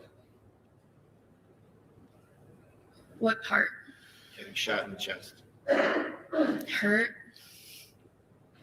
Did the force of that bullet knock you in any particular direction? It knocked me backwards.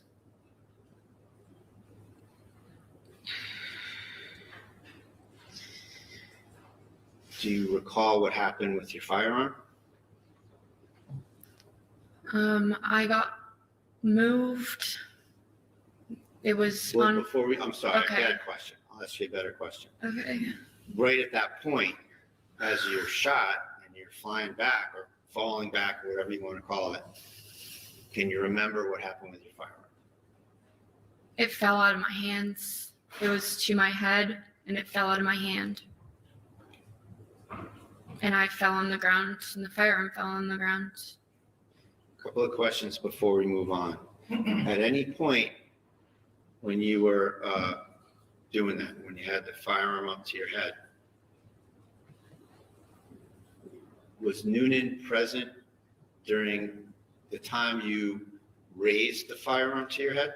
Like when I motioned up to my head with it, Correct. no, he was not in the room. Nobody was in the room. When Noonan came into your view, where was the gun pointed? The gun was pointed at my temple. At any point, did you move the muzzle of that gun No, towards Noonan? no, never. Did you move it anywhere? No, never. Did you ever intend to harm Noonan? Never.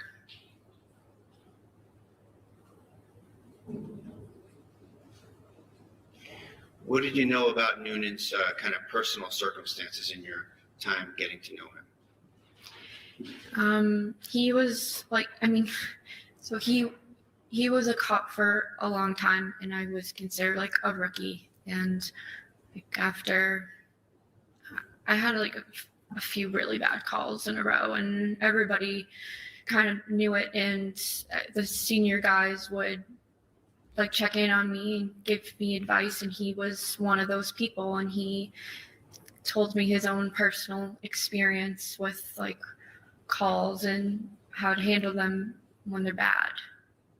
So what was his family situation? I've met his wife.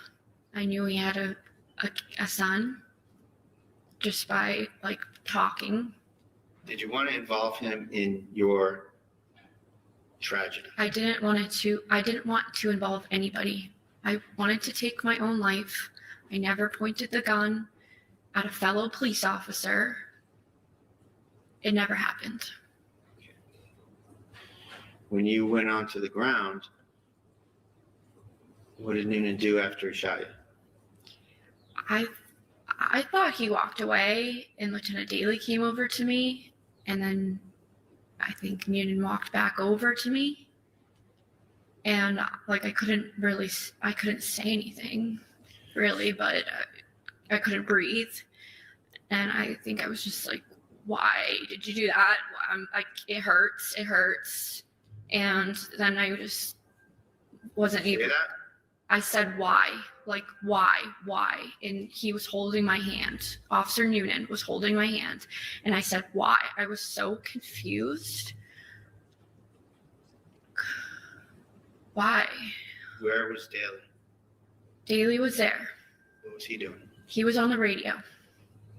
I don't know what he said exactly on the radio. I'm assuming like. So you get shot, and you got shot in the chest, right? Yeah. Lower chest. After being shot, how did that affect your ability? I sound like a lawyer, but how did that affect your ability to perceive things, recollect things? I went into like a huge adrenaline shock.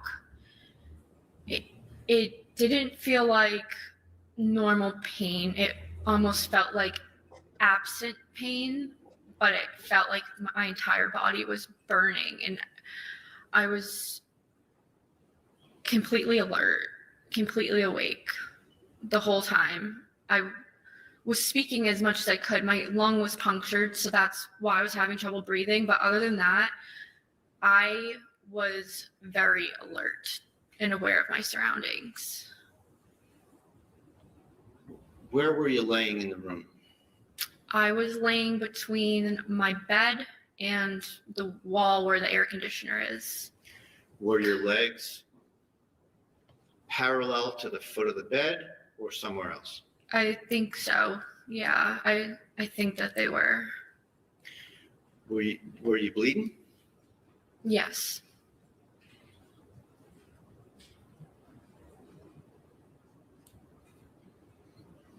Is that the way you wanted this to happen?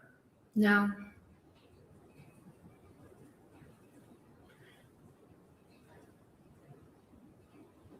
What do you remember next? The fire department got there fast. It felt really fast. They put me in like a bag. A sack? And like they were all tall guys, and I knew that my ceiling, you would bump your head if you're over like 5'10". So when they were carrying me down, I said, watch your heads. And they brought me outside, and I think when I was still in my house, one of the firefighters was trying to put oxygen on my face, and I was taking it off and just saying, I want to die, I want to die, I want to die. Did you make any apologies at any point? I think I said, I'm sorry, I tried to kill myself, I want to die. Like, I just didn't understand what just, like, I don't know what just happened. I tried to shoot myself, and then I got shot in the chest. Like, nothing really made, like, I was just in total disbelief and shock. Did you, at any point before you got taken out of there, did you hear Noonan saying anything about what happened? No. Did you see Houston yet? Houston, yes. He came in, and I think he put like medical like gauze on the wound. Somebody did. He had the medical bag. I remember that. Were you able to sort of perceive the first aid techniques they were administering to you? No, I wasn't paying attention to it. I was like trying to focus on breathing because it felt like I was choking. It felt like I was drowning. So they bring you downstairs, and at what point in the trip downstairs and out of the house were you trying to take off the mask? I think the whole time. And when I was in the ambulance, I said to everybody, I'm a fucking idiot. I just tried to kill myself with an unloaded gun. I'm a fucking idiot. And then I said that to everybody. I said that to the hospital staff. I said that to all the firefighters. I probably said that when I was laying on the ground. Those were the words I just kept repeating. What were they doing to you in the ambulance before the ambulance departed in terms of working on you? They were working on getting a med flight. I had to get a blood transfusion. I finally agreed to keep the oxygen mask on my face, and they were doing my vitals and just trying to keep me stable before I was going to be transported to the hospital. What hospital did you go to? I was flown by med flight to Massachusetts General Hospital in Boston. So by helicopter? Yes. And then when you were in the helicopter, was there anybody that you knew in the helicopter? No, when I was in the ambulance, I was holding on to firefighter Smirtelny's hand. And can you spell that for the court? It's a funny spelling. Why don't you spell that, if you can? His first name's Kevin. And it says, let me take a crack at that. Is it Smirtelny? Yeah, I think you're right. And did he go in the helicopter? No, he was holding my hand the whole time I was in the ambulance and comforting me. And I asked if he could go in the helicopter. I didn't want to let go of his hand. I asked, can you come in the helicopter with me? And he said, I can't, no one can. Okay. So you get in the helicopter, you're getting transported to Mass General, is it? Yes. Now, was there another problem with the oxygen in the helicopter? It either like ran out or it shut off. And when you're in a med flight, you're laying down and there's a person flying the helicopter next to you. And I just like tapped him and like gestured. It felt like I was drowning again. Felt like I was choking I couldn't get a breath. So I just like told him, like I couldn't talk, but I gestured like to the oxygen that was above me. It wasn't working. I think they had switched the tank or something or turned it back on. Something happened, but my oxygen got shut off in the helicopter and they had to fix it. Was that indicative of maybe some kind of a change of heart about whether you wanted to die? Yeah, I think so. It's hard to say in those exact moments because it took a lot of healing from the moment I decided to make a suicide attempt to now to be healed mentally. So I don't know what my exact thoughts were in that moment. But I know when I got to the hospital, I said, I'm a fucking idiot. I tried to kill myself with an unloaded gun. How could I be so stupid? What was the length of time that you were at Mass General? Like the length from when I was admitted to discharge, it was 53 days. And how many operations have you had? I've had 5. And what were the kind of the main issues that Objection to the relevance. Relevance? just the circumstances, Your Honor, of what happened to her? Sustained. May I have a moment, please, Your Honor? Yes. Take your time.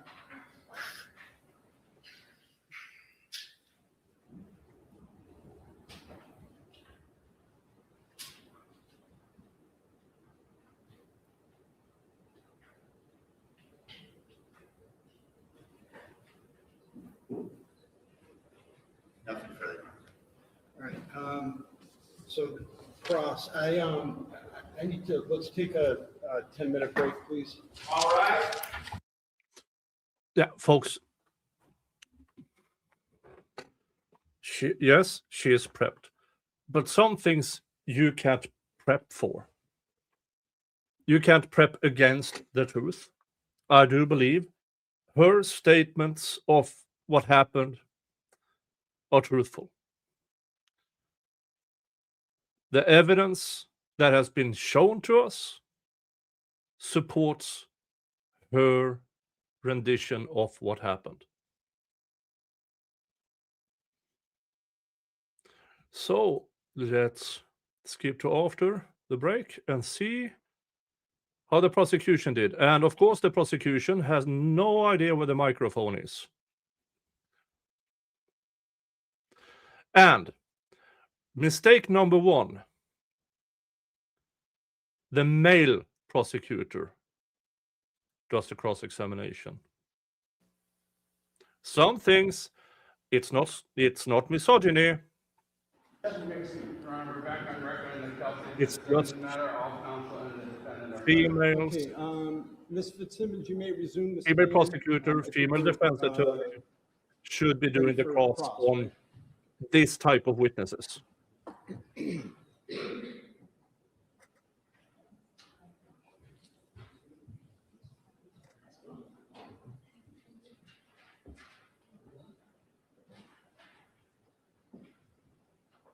Times a police officer, that domestic calls are the most dangerous. True? Yeah, that could be true. Could be true. She barely had time to sit down and he just fired away. Mistake number two, be respectful. They're the most dangerous, right? Let me That's where- raise the volume. Go into every call thinking it could be dangerous, but I guess domestics are. If that's a fact, then yeah, sure. Okay. Can you just keep your voice up? Yes, sorry.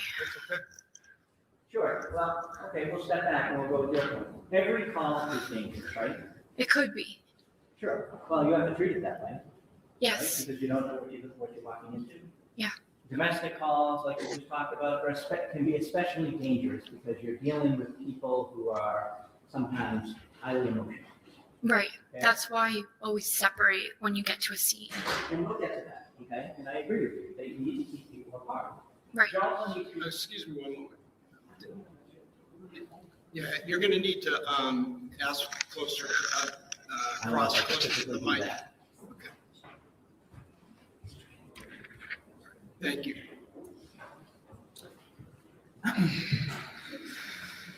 When you walk into a domestic situation, whether it's a restraining order that you're serving, whether it's a call for some sort of domestic violence, right? You walk in there with a heightened sense of awareness. Is that fair to say? As a police officer, you always have a higher sense of awareness. Okay. But domestics are kind of a different animal, right? Yeah, I guess so. And because emotions are involved. True? Yes. And sometimes the opposite of love isn't hate, it's anger, and things can go in 9 different directions in a minute. Is that fair to say? Sure. When you're dealing with someone who you know has a mental health past, it can be even more volatile, correct? Volatile. Yes. I wouldn't use that word as it pertains to mental health, sir, respectfully. There is as a police. Be very careful, Mr. Prosecutor. There are different kinds of mental states that are considered mental deficiencies, temporary mental deficiencies. There are so many different. You just pulling everybody over one line and said that everyone, especially those, no. Police officers, there is a heightened sense of awareness, right? You're taking all the information in. In every call, yes, Sure. yeah. Well, domestic violence call in particular. You don't agree with me? No, I do. I agree with you on every call. A heightened sense of awareness is key to being a police officer. So domestic, car accident, anything. We go to work in a bulletproof. Good answer. Prosecutor don't like the answer, so he tries to interrupt her. Vest. Exactly, that's my point. Yeah, we have And so to. When you go to a domestic call, we talked, or you talked, you try to separate people, right? Yes. Because if they come together or you can see each other sometimes, bad things can happen. Right? Yes. And so when you walk into a domestic violence situation, or any situation, right? Your first order of business is to keep everybody safe. Fair to say? Yes. The people who called, right? Yes. Yourself. Yes. If you have a partner, your partner. Yep. The other officers. Yep. If there are family members there, you want to keep them safe. True? Yes, police officer, your job is to keep everyone, including yourself, safe. If there are children, you want to keep them safe. Everybody. Okay. So, Mr. Prosecutor, will you ask the question? So, following the questions, following the people around so they don't do anything stupid. Yes? Secure all firearms. What? Will you ask that, Mr. Prosecutor? I bet you don't, because that would reveal that you know the fuck up of this house call. and if you think there are guns in the house, that is a particularly serious concern for you also, right? Yes. For your safety, Yes. your partner's safety, Yes. for the children's safety, for everybody, right? For everybody. And you He points wow, he really does it. He points out the guns, which none of the officers in that house could be bothered to get to. know that, correct? I know that. And so you know when you walk into a scene, when you think there may be some mental health issues, that there may be some weapons, that you don't take your eyes off of anybody, correct? Yes. Right. So you don't let someone walk into a room by themselves, right? You shouldn't know. You should have, and I think with Officer Houston, you should be in their pocket, right? I'm not familiar with that phrase. Did he say that? You did. Okay. Well, if you're not familiar, you should be right near them, right? Yes. Because at any point, someone could grab a weapon, True. use a weapon, True. and especially when there's a heightened sense of volatility on some of these calls, right? Yes. And you know that as a police officer, correct? And Yes. that's just kind of common sense anyway, right? Yes. And you've been trained on that. Yes. And so you don't take your eyes off any of the parties, true? True. You don't leave them alone. True. That's what you're trained to do. That's what you're supposed to do. And that's pretty much common sense of what you do. That's what you're supposed to do. Yes. Right. Okay. We agree on that. She's doing. Her answers are so good at his attempts to rattle her. He says, "That is what you do. That is what you're supposed to do." She's not getting fooled. We do. Now, if there is you are a police officer, so you know other divisions of the forces, correct? Like SWAT. You understand what SWAT is, right? I was a very new police officer. I was only on for about 2 years. I'm not familiar with SWAT. I know it a little bit. Okay, so we'll talk about what you know. Okay. SWAT is like a special weapons tactical team. Yeah. So I know that. I don't know exactly what their job functions are or what they do. You do understand that they respond to highly volatile situations that are dangerous. True? Yes.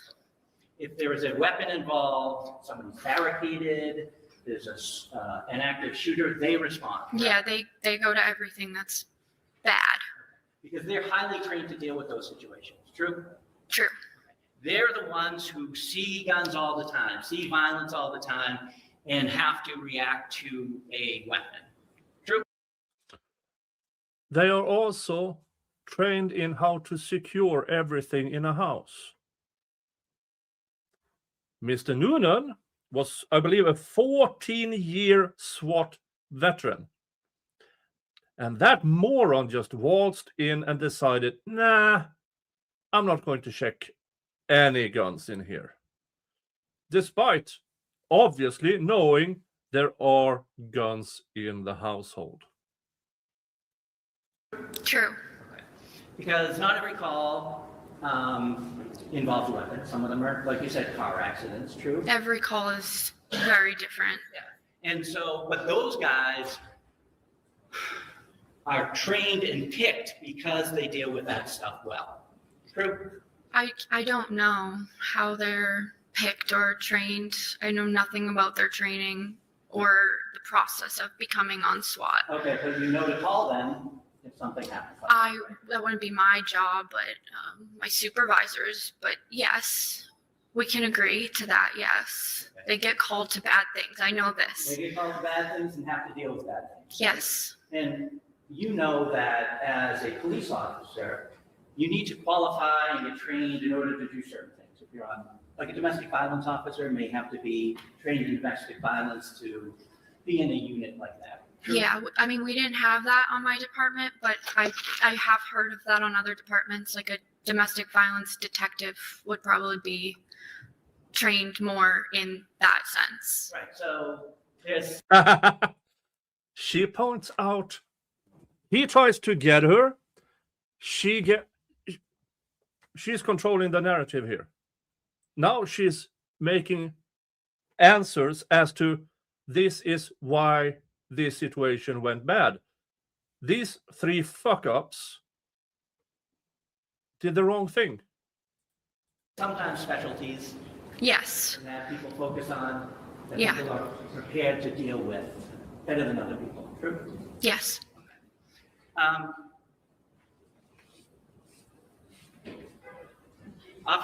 Officer Noonan was on the SWAT team. You know him, right?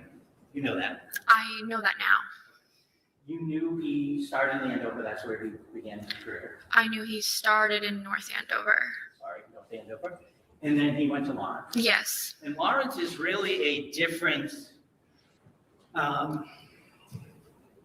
atmosphere than North Andover. You agree with me there? Yes. North Andover. North Andover does get the flood in of Lawrence, Sure, though. there's some crossover. Yes. Right, but you know what that crossover is. Yes. True? True. It's not to disparage any community, right? But Lawrence has more guns than North Andover. I think so. I don't know off personal knowledge, but I would assume. They have more gangs. Yes, that I do know. Yes. They have more drugs. Yes. They have more violence. Yes. They have more need for people who can deal with that stuff, correct? Yes. And you know that Officer Noonan worked in Lawrence for years. I did know that. Yes. You did know that, right? Yeah, I did. And then he came back. Did you say you were on the job or not on the job when he came back? I was already on the job when he came back. Okay. And you know he came back from Lawrence, right? And when he came back from Lawrence, it was really, he was the most experienced person on the force at this point, right? From what he had been through. I didn't know his experiences. Okay, you knew that he was. I honestly thought I looked at my lieutenants as that Well, for me. Officer Noonan, back when you were on the job, you looked up to him. But yeah, I looked up to all the senior officers that were willing to. So now we talked about SWAT. And now we are changing subject. Okay? Train me or give me any type of advice. Well, we're talking about Officer Noonan. He did that. So yes. Okay, you looked up to him. You knew he was experienced. Correct? Yes. You knew he was a by the book kind of guy, that he was going to teach you well. Yes. You went to him for that. I went to him for advice. And you went to him for advice because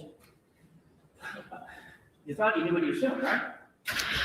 He'd been through the ringer, and that's He- why he went to them, right? No, he told me, he reached out to me and told me that, you know, he's been on bad calls before and this is how he handles it. Right.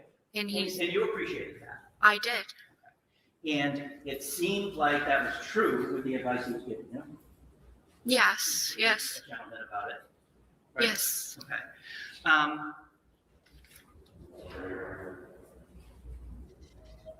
Justin's a different story in your life, correct? Justin,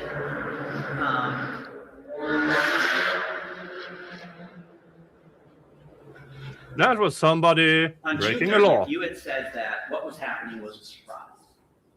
I don't know if you used those words, but the demeanor you gave off was this came out of the blue, right? I was very confused. You were confused, but stuff, and we're not going to get into it, but stuff that happened that weekend before, that Saturday night, that would have given you some inkling that something was wrong, right? I was aware me and Justin were in an argument. I was aware the second I woke up in the morning, that's why we were planning to meet. So it wasn't a surprise that there was some strife between you and him at that point. No, I knew that. I'm saying I was more surprised about being ditched at the common and the police involvement. Those were Well, the police had come to your house on that Sunday to check in on you, correct? I got accused of.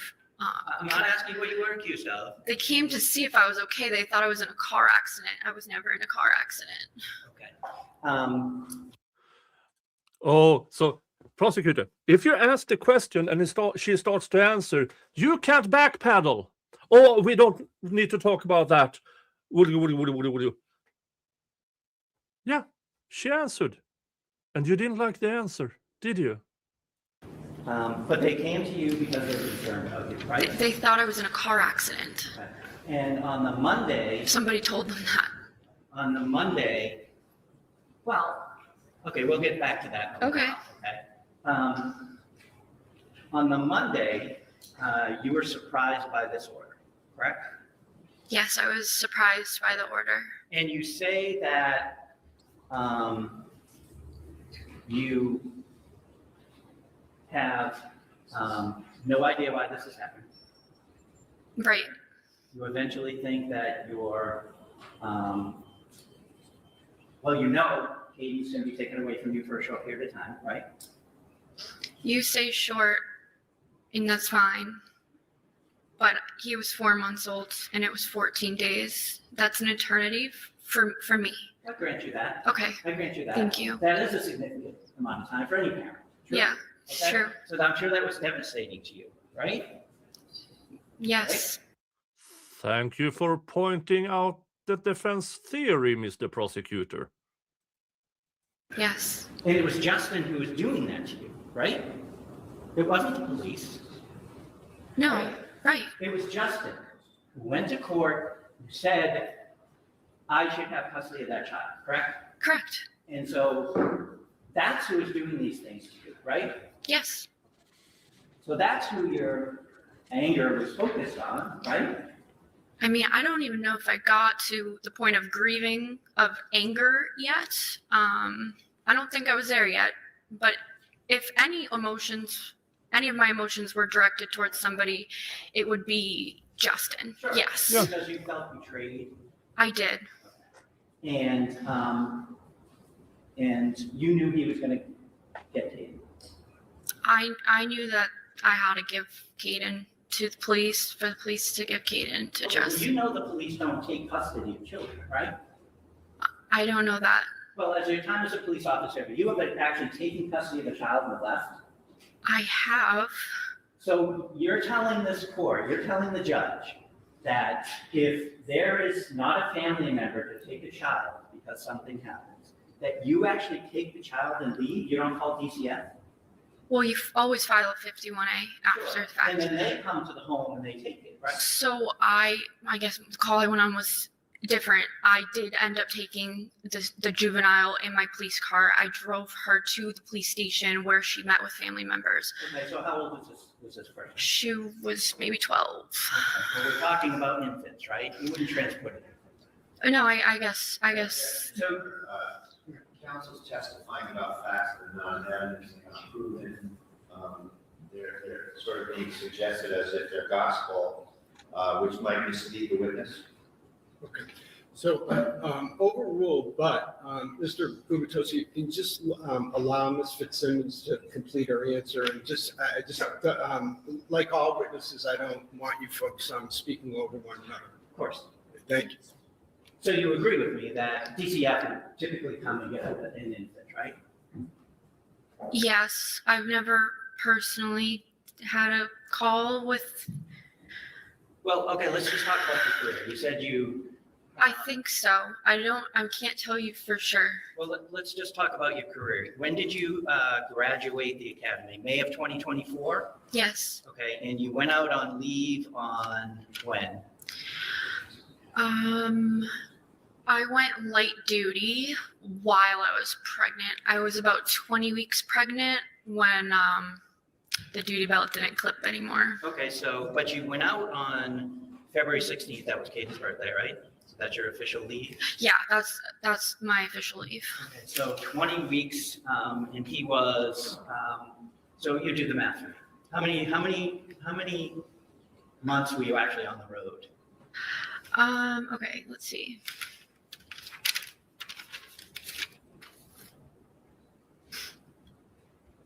So like 7 months, and then I was light duty. So I graduated the police academy in May of 2024, and I went out on maternity leave February 16th of 2025. So were you actually just on the road for 7 months?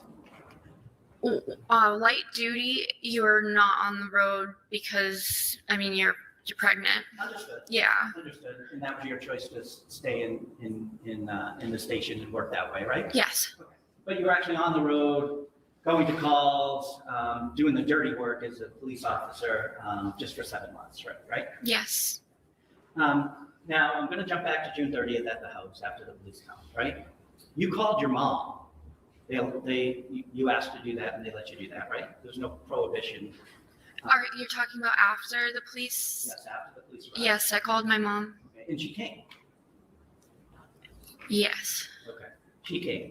Now, you called her your best friend, right? My mom is. Your best friend, right? And so you could have talked to her, correct? Yes. When Justin arrived, you knew he came in the house, right? You heard him. No. You didn't hear him come in the house? No. You knew he was coming to get the baby.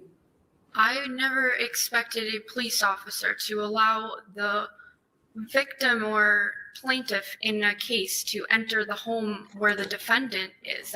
Well, you knew he was getting the child, correct? Yeah, but I thought that I passed Kaden off to walk outside. I never thought, or I never knew Justin was in my home. You knew he was coming to the house? I thought they would do it at the school, but yes, I mean, I knew he was going to be in the vicinity. I never expected or knew he walked through my front door. She's making clear points here. And the prosecution, you're making fools out of yourself. She has actually done this. She has experience of this, and she's telling you, well, the handover is to a cop who will then bring the child to where it's going.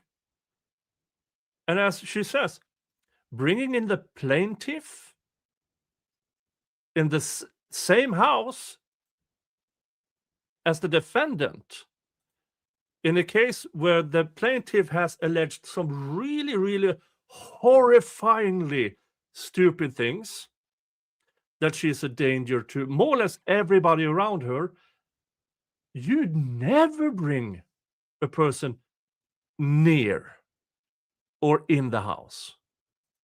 When you went upstairs, and we'll talk about that green chest you called it, correct? Yes. Was it locked? No. Okay, you could just flip it open. Yes. When you claimed you pulled the trigger, it clicked. It did. It was not around in the chamber. Correct. There was a full magazine in it, right? I think so. Yeah. Well, you used that gun to go shooting on Friday, true? That's true. That's why I didn't chamber around. Thank God. And when you're doing shooting, were you qualifying? What were you doing on that Friday? We have a qualification. Yeah. Okay, so you had to do that, right? Yeah, And because when you're shooting for qualifying, when you're at the range, how do you hold your pistol? 2 hands, and then there's some where they say use your strong hand or your left hand. You're not strong. But your typical reflex is 2 hands, true?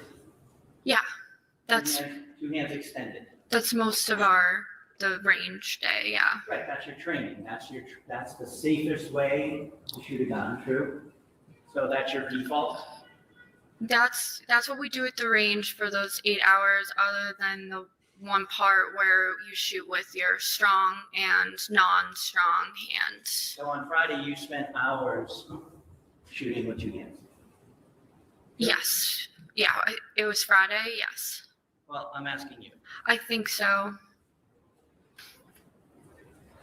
Now, you stated that after the police came and you were starting to process things, true? Yes. It took a bit for you to process things, about your life unraveling, if you will.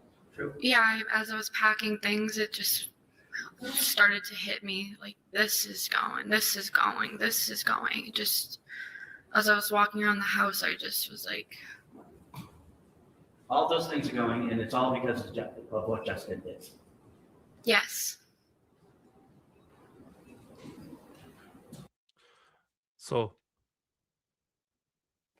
we can safely assume that any reference to a suicide by cop is abandoned by the prosecution. They are trying desperately now to an off remark by Noonan that he, after the fact, hey, she was going to shoot me so she could get to Justin to shoot him. There are a lot of cops in and near the house. And her mother. Are you saying, Mr. Prosecutor, that Kelsey would conduct a massacre?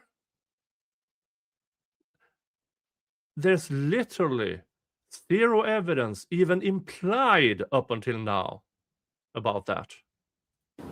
Thank you. I have nothing else, Judge.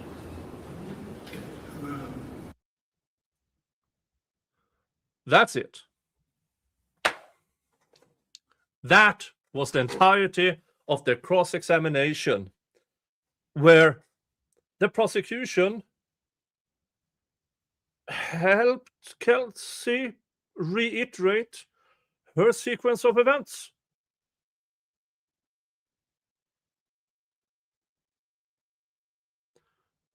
That is a horrifyingly bad cross-examination. It's almost as if he's not been able to rattle her once. He even got her to say things that she didn't on direct. It's the prosecutor, in my opinion, during cross, made the defense case stronger. And then he did the only thing, because I bet he realized it. And you probably have heard this on other places and here.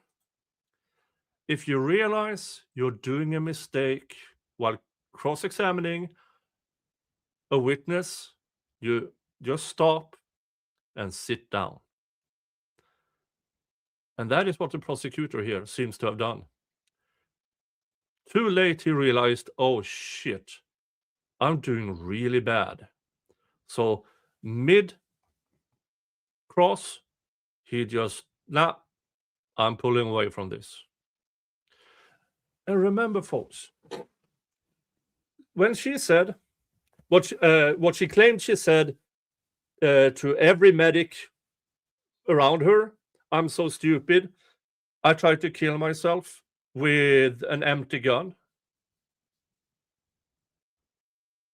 Remember that the defense didn't actually produce this medic confirms it.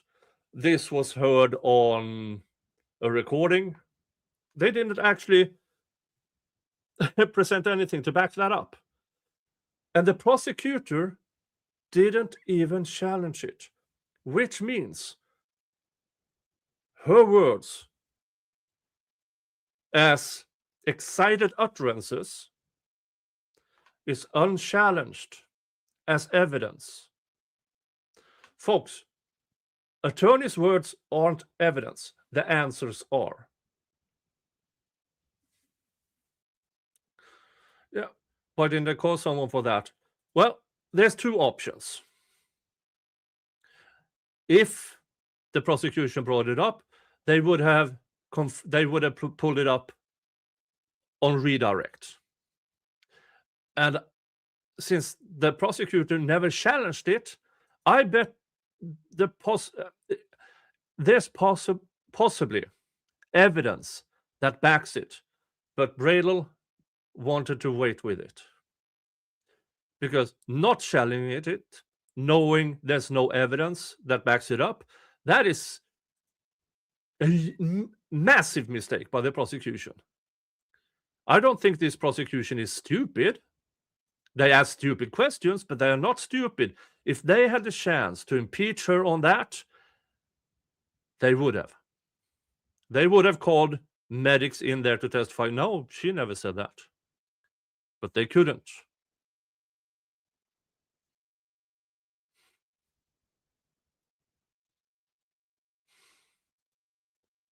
Redirect? No redirect, Your Honor. Thank you. Okay. Yeah, and Bradel acknowledges, yeah, I don't need to redirect anything. Thank you, Mr. Prosecutor, for helping our case. All right, you may step down. Thank you. Thank you, Your Honor. And the defense, you can call your next witness.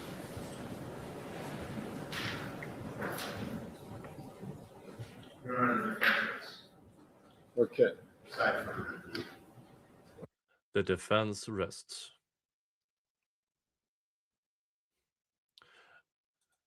LMP says they very carefully didn't call any medics. Ask yourselves why. Yeah. Tactics.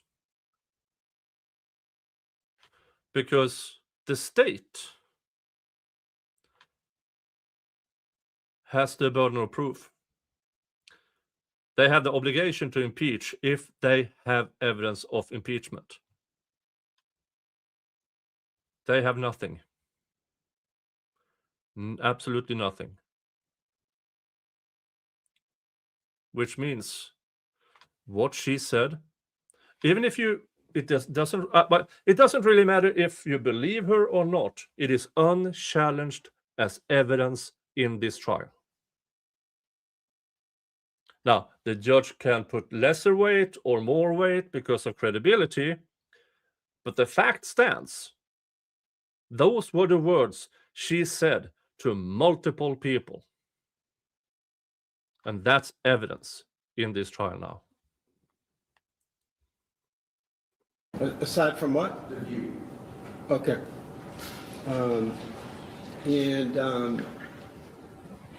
All right, so can I see counsel at sidebar along with Ms. Fitzsimmons? Okay. Now we have a sidebar making this sidebar counter 11.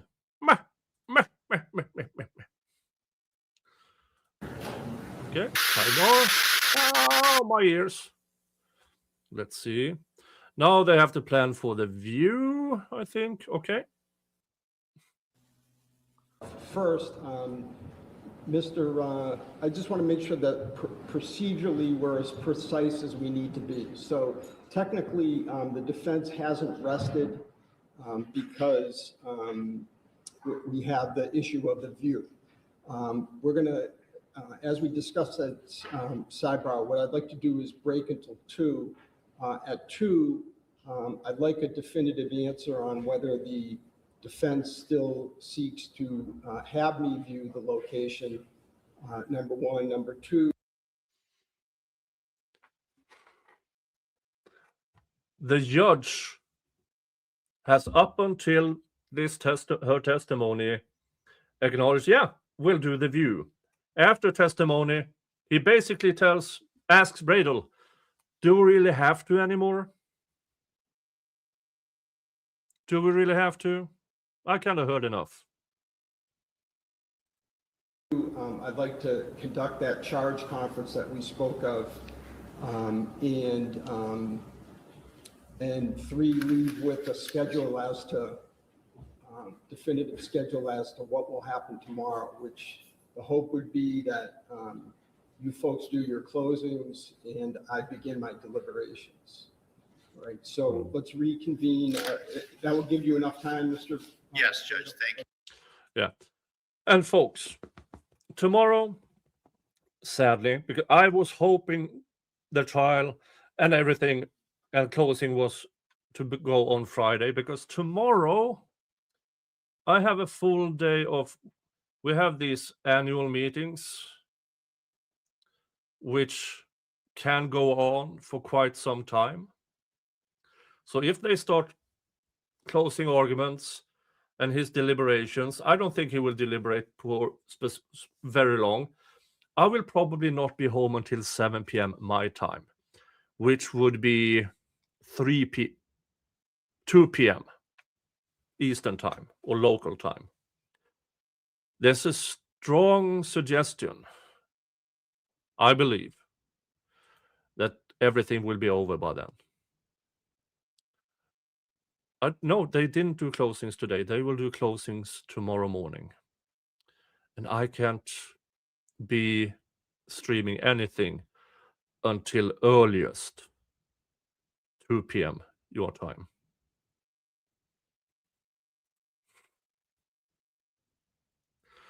But let's see if anything else happened.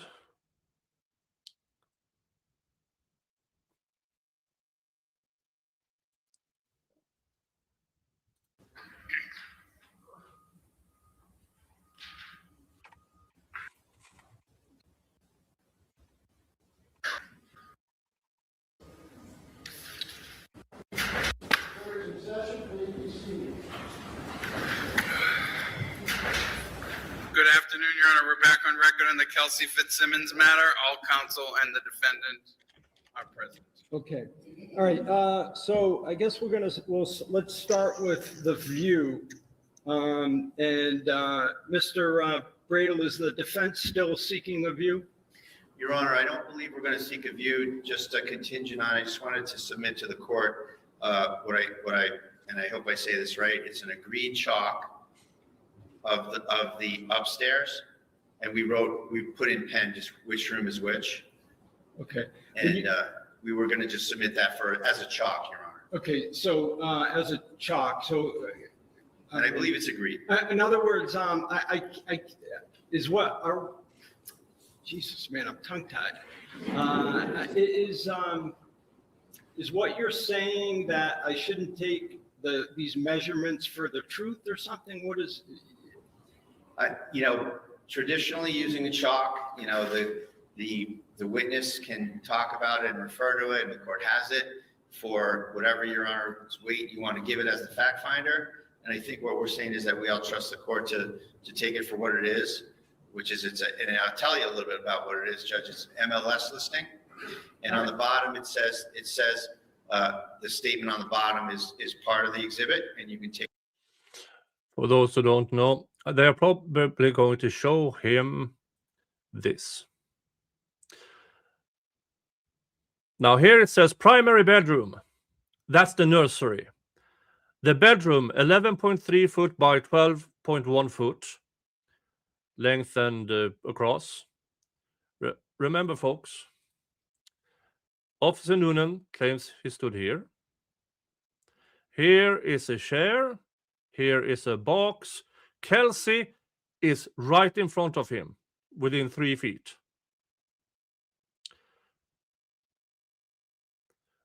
Yeah, folks, I've actually done a video on it where I use Paint, my superior skills in Paint, to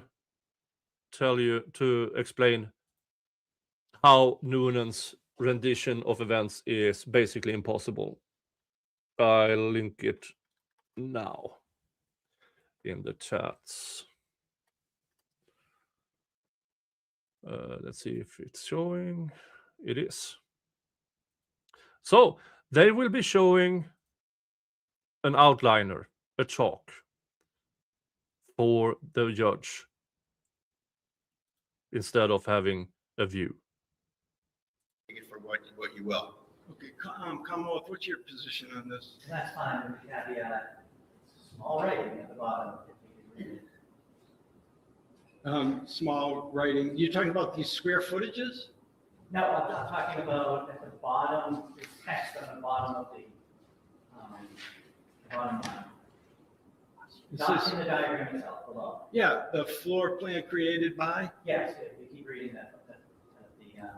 Okay, I see. Measurements deemed highly reliable but not guaranteed. All right. So why don't we just strike that? And No, I like that. oh, you like that?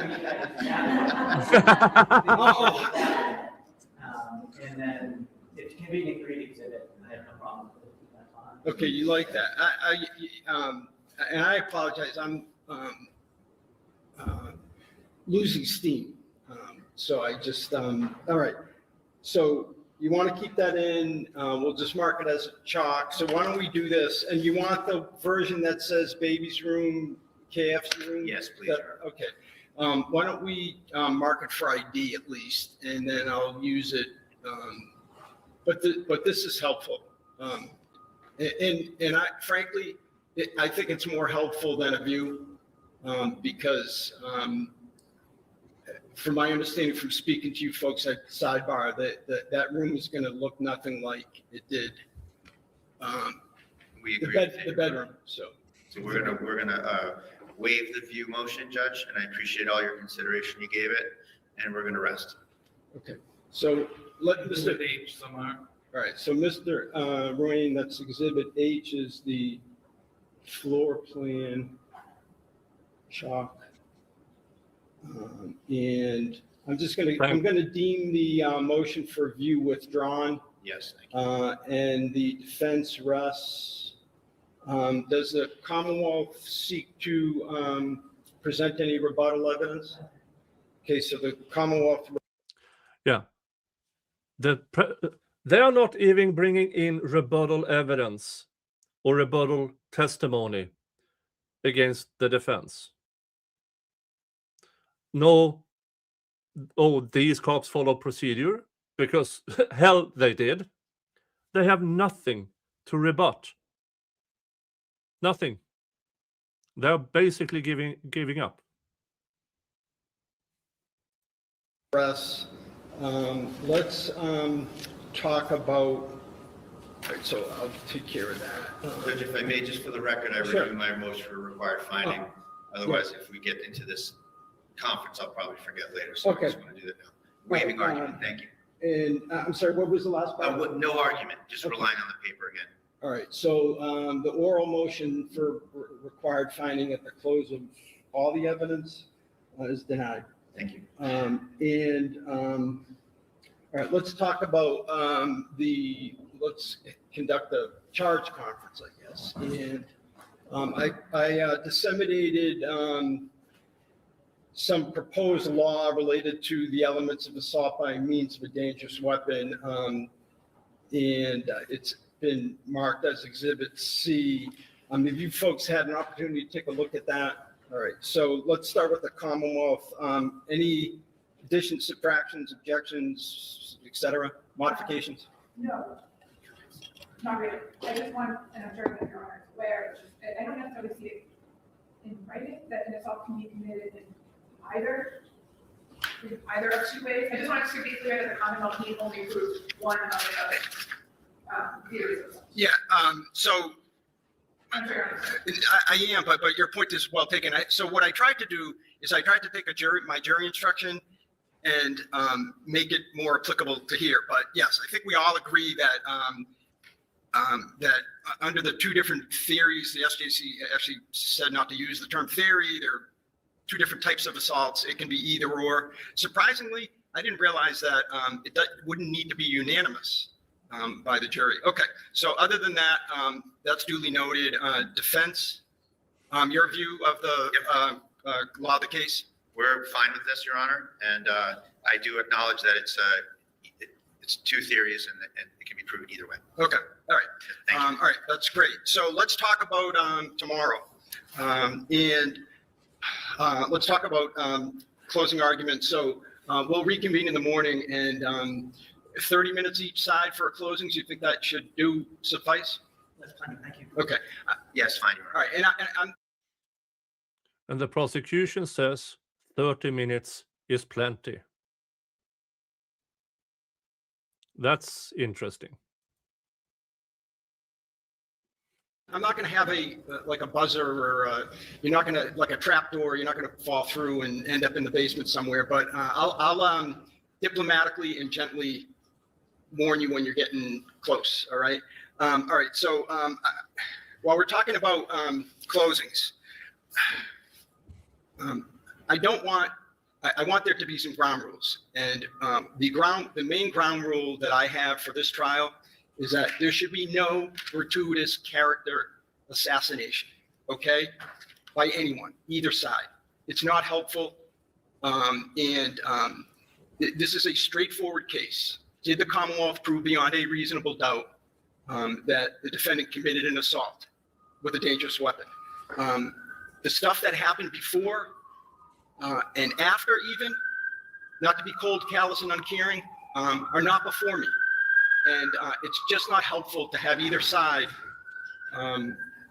throw in gratuitous comments about someone's character. Obviously, you'll argue credibility, believability, and but I expect you to stay within the bounds of what would be expected at any trial. And after the closings, you'll just we'll stay on the record, and you folks will just note your contentment with the exhibits. I think, is there 100 of them? Let me see, 98. 98. Okay, so 98 the 98 exhibits will come up along with.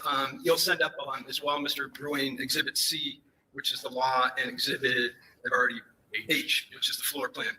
So they'll be just like in a jury trial. After you folks have noted your contentment, our court officer will bring it up to me, them up to me, I will deliberate. I have no idea how long or short of a period of time that it will take me. What my plan would be is, so let's say that I begin deliberations at 10:30. What I likely would tell you at that point is, let's plan on reconvening at 2 tomorrow afternoon, and then I will let Mr. Ruane know if that target is going to be successful or not. I obviously am going to take as much time as I need to reach a verdict. So it may be Friday morning or something. So you folks should make yourselves available. As I said, I intend to announce my verdict here in open court and give some explanation as to why I reached the verdict that I reached. Okay. Anything else? Let's see if there's anything else in my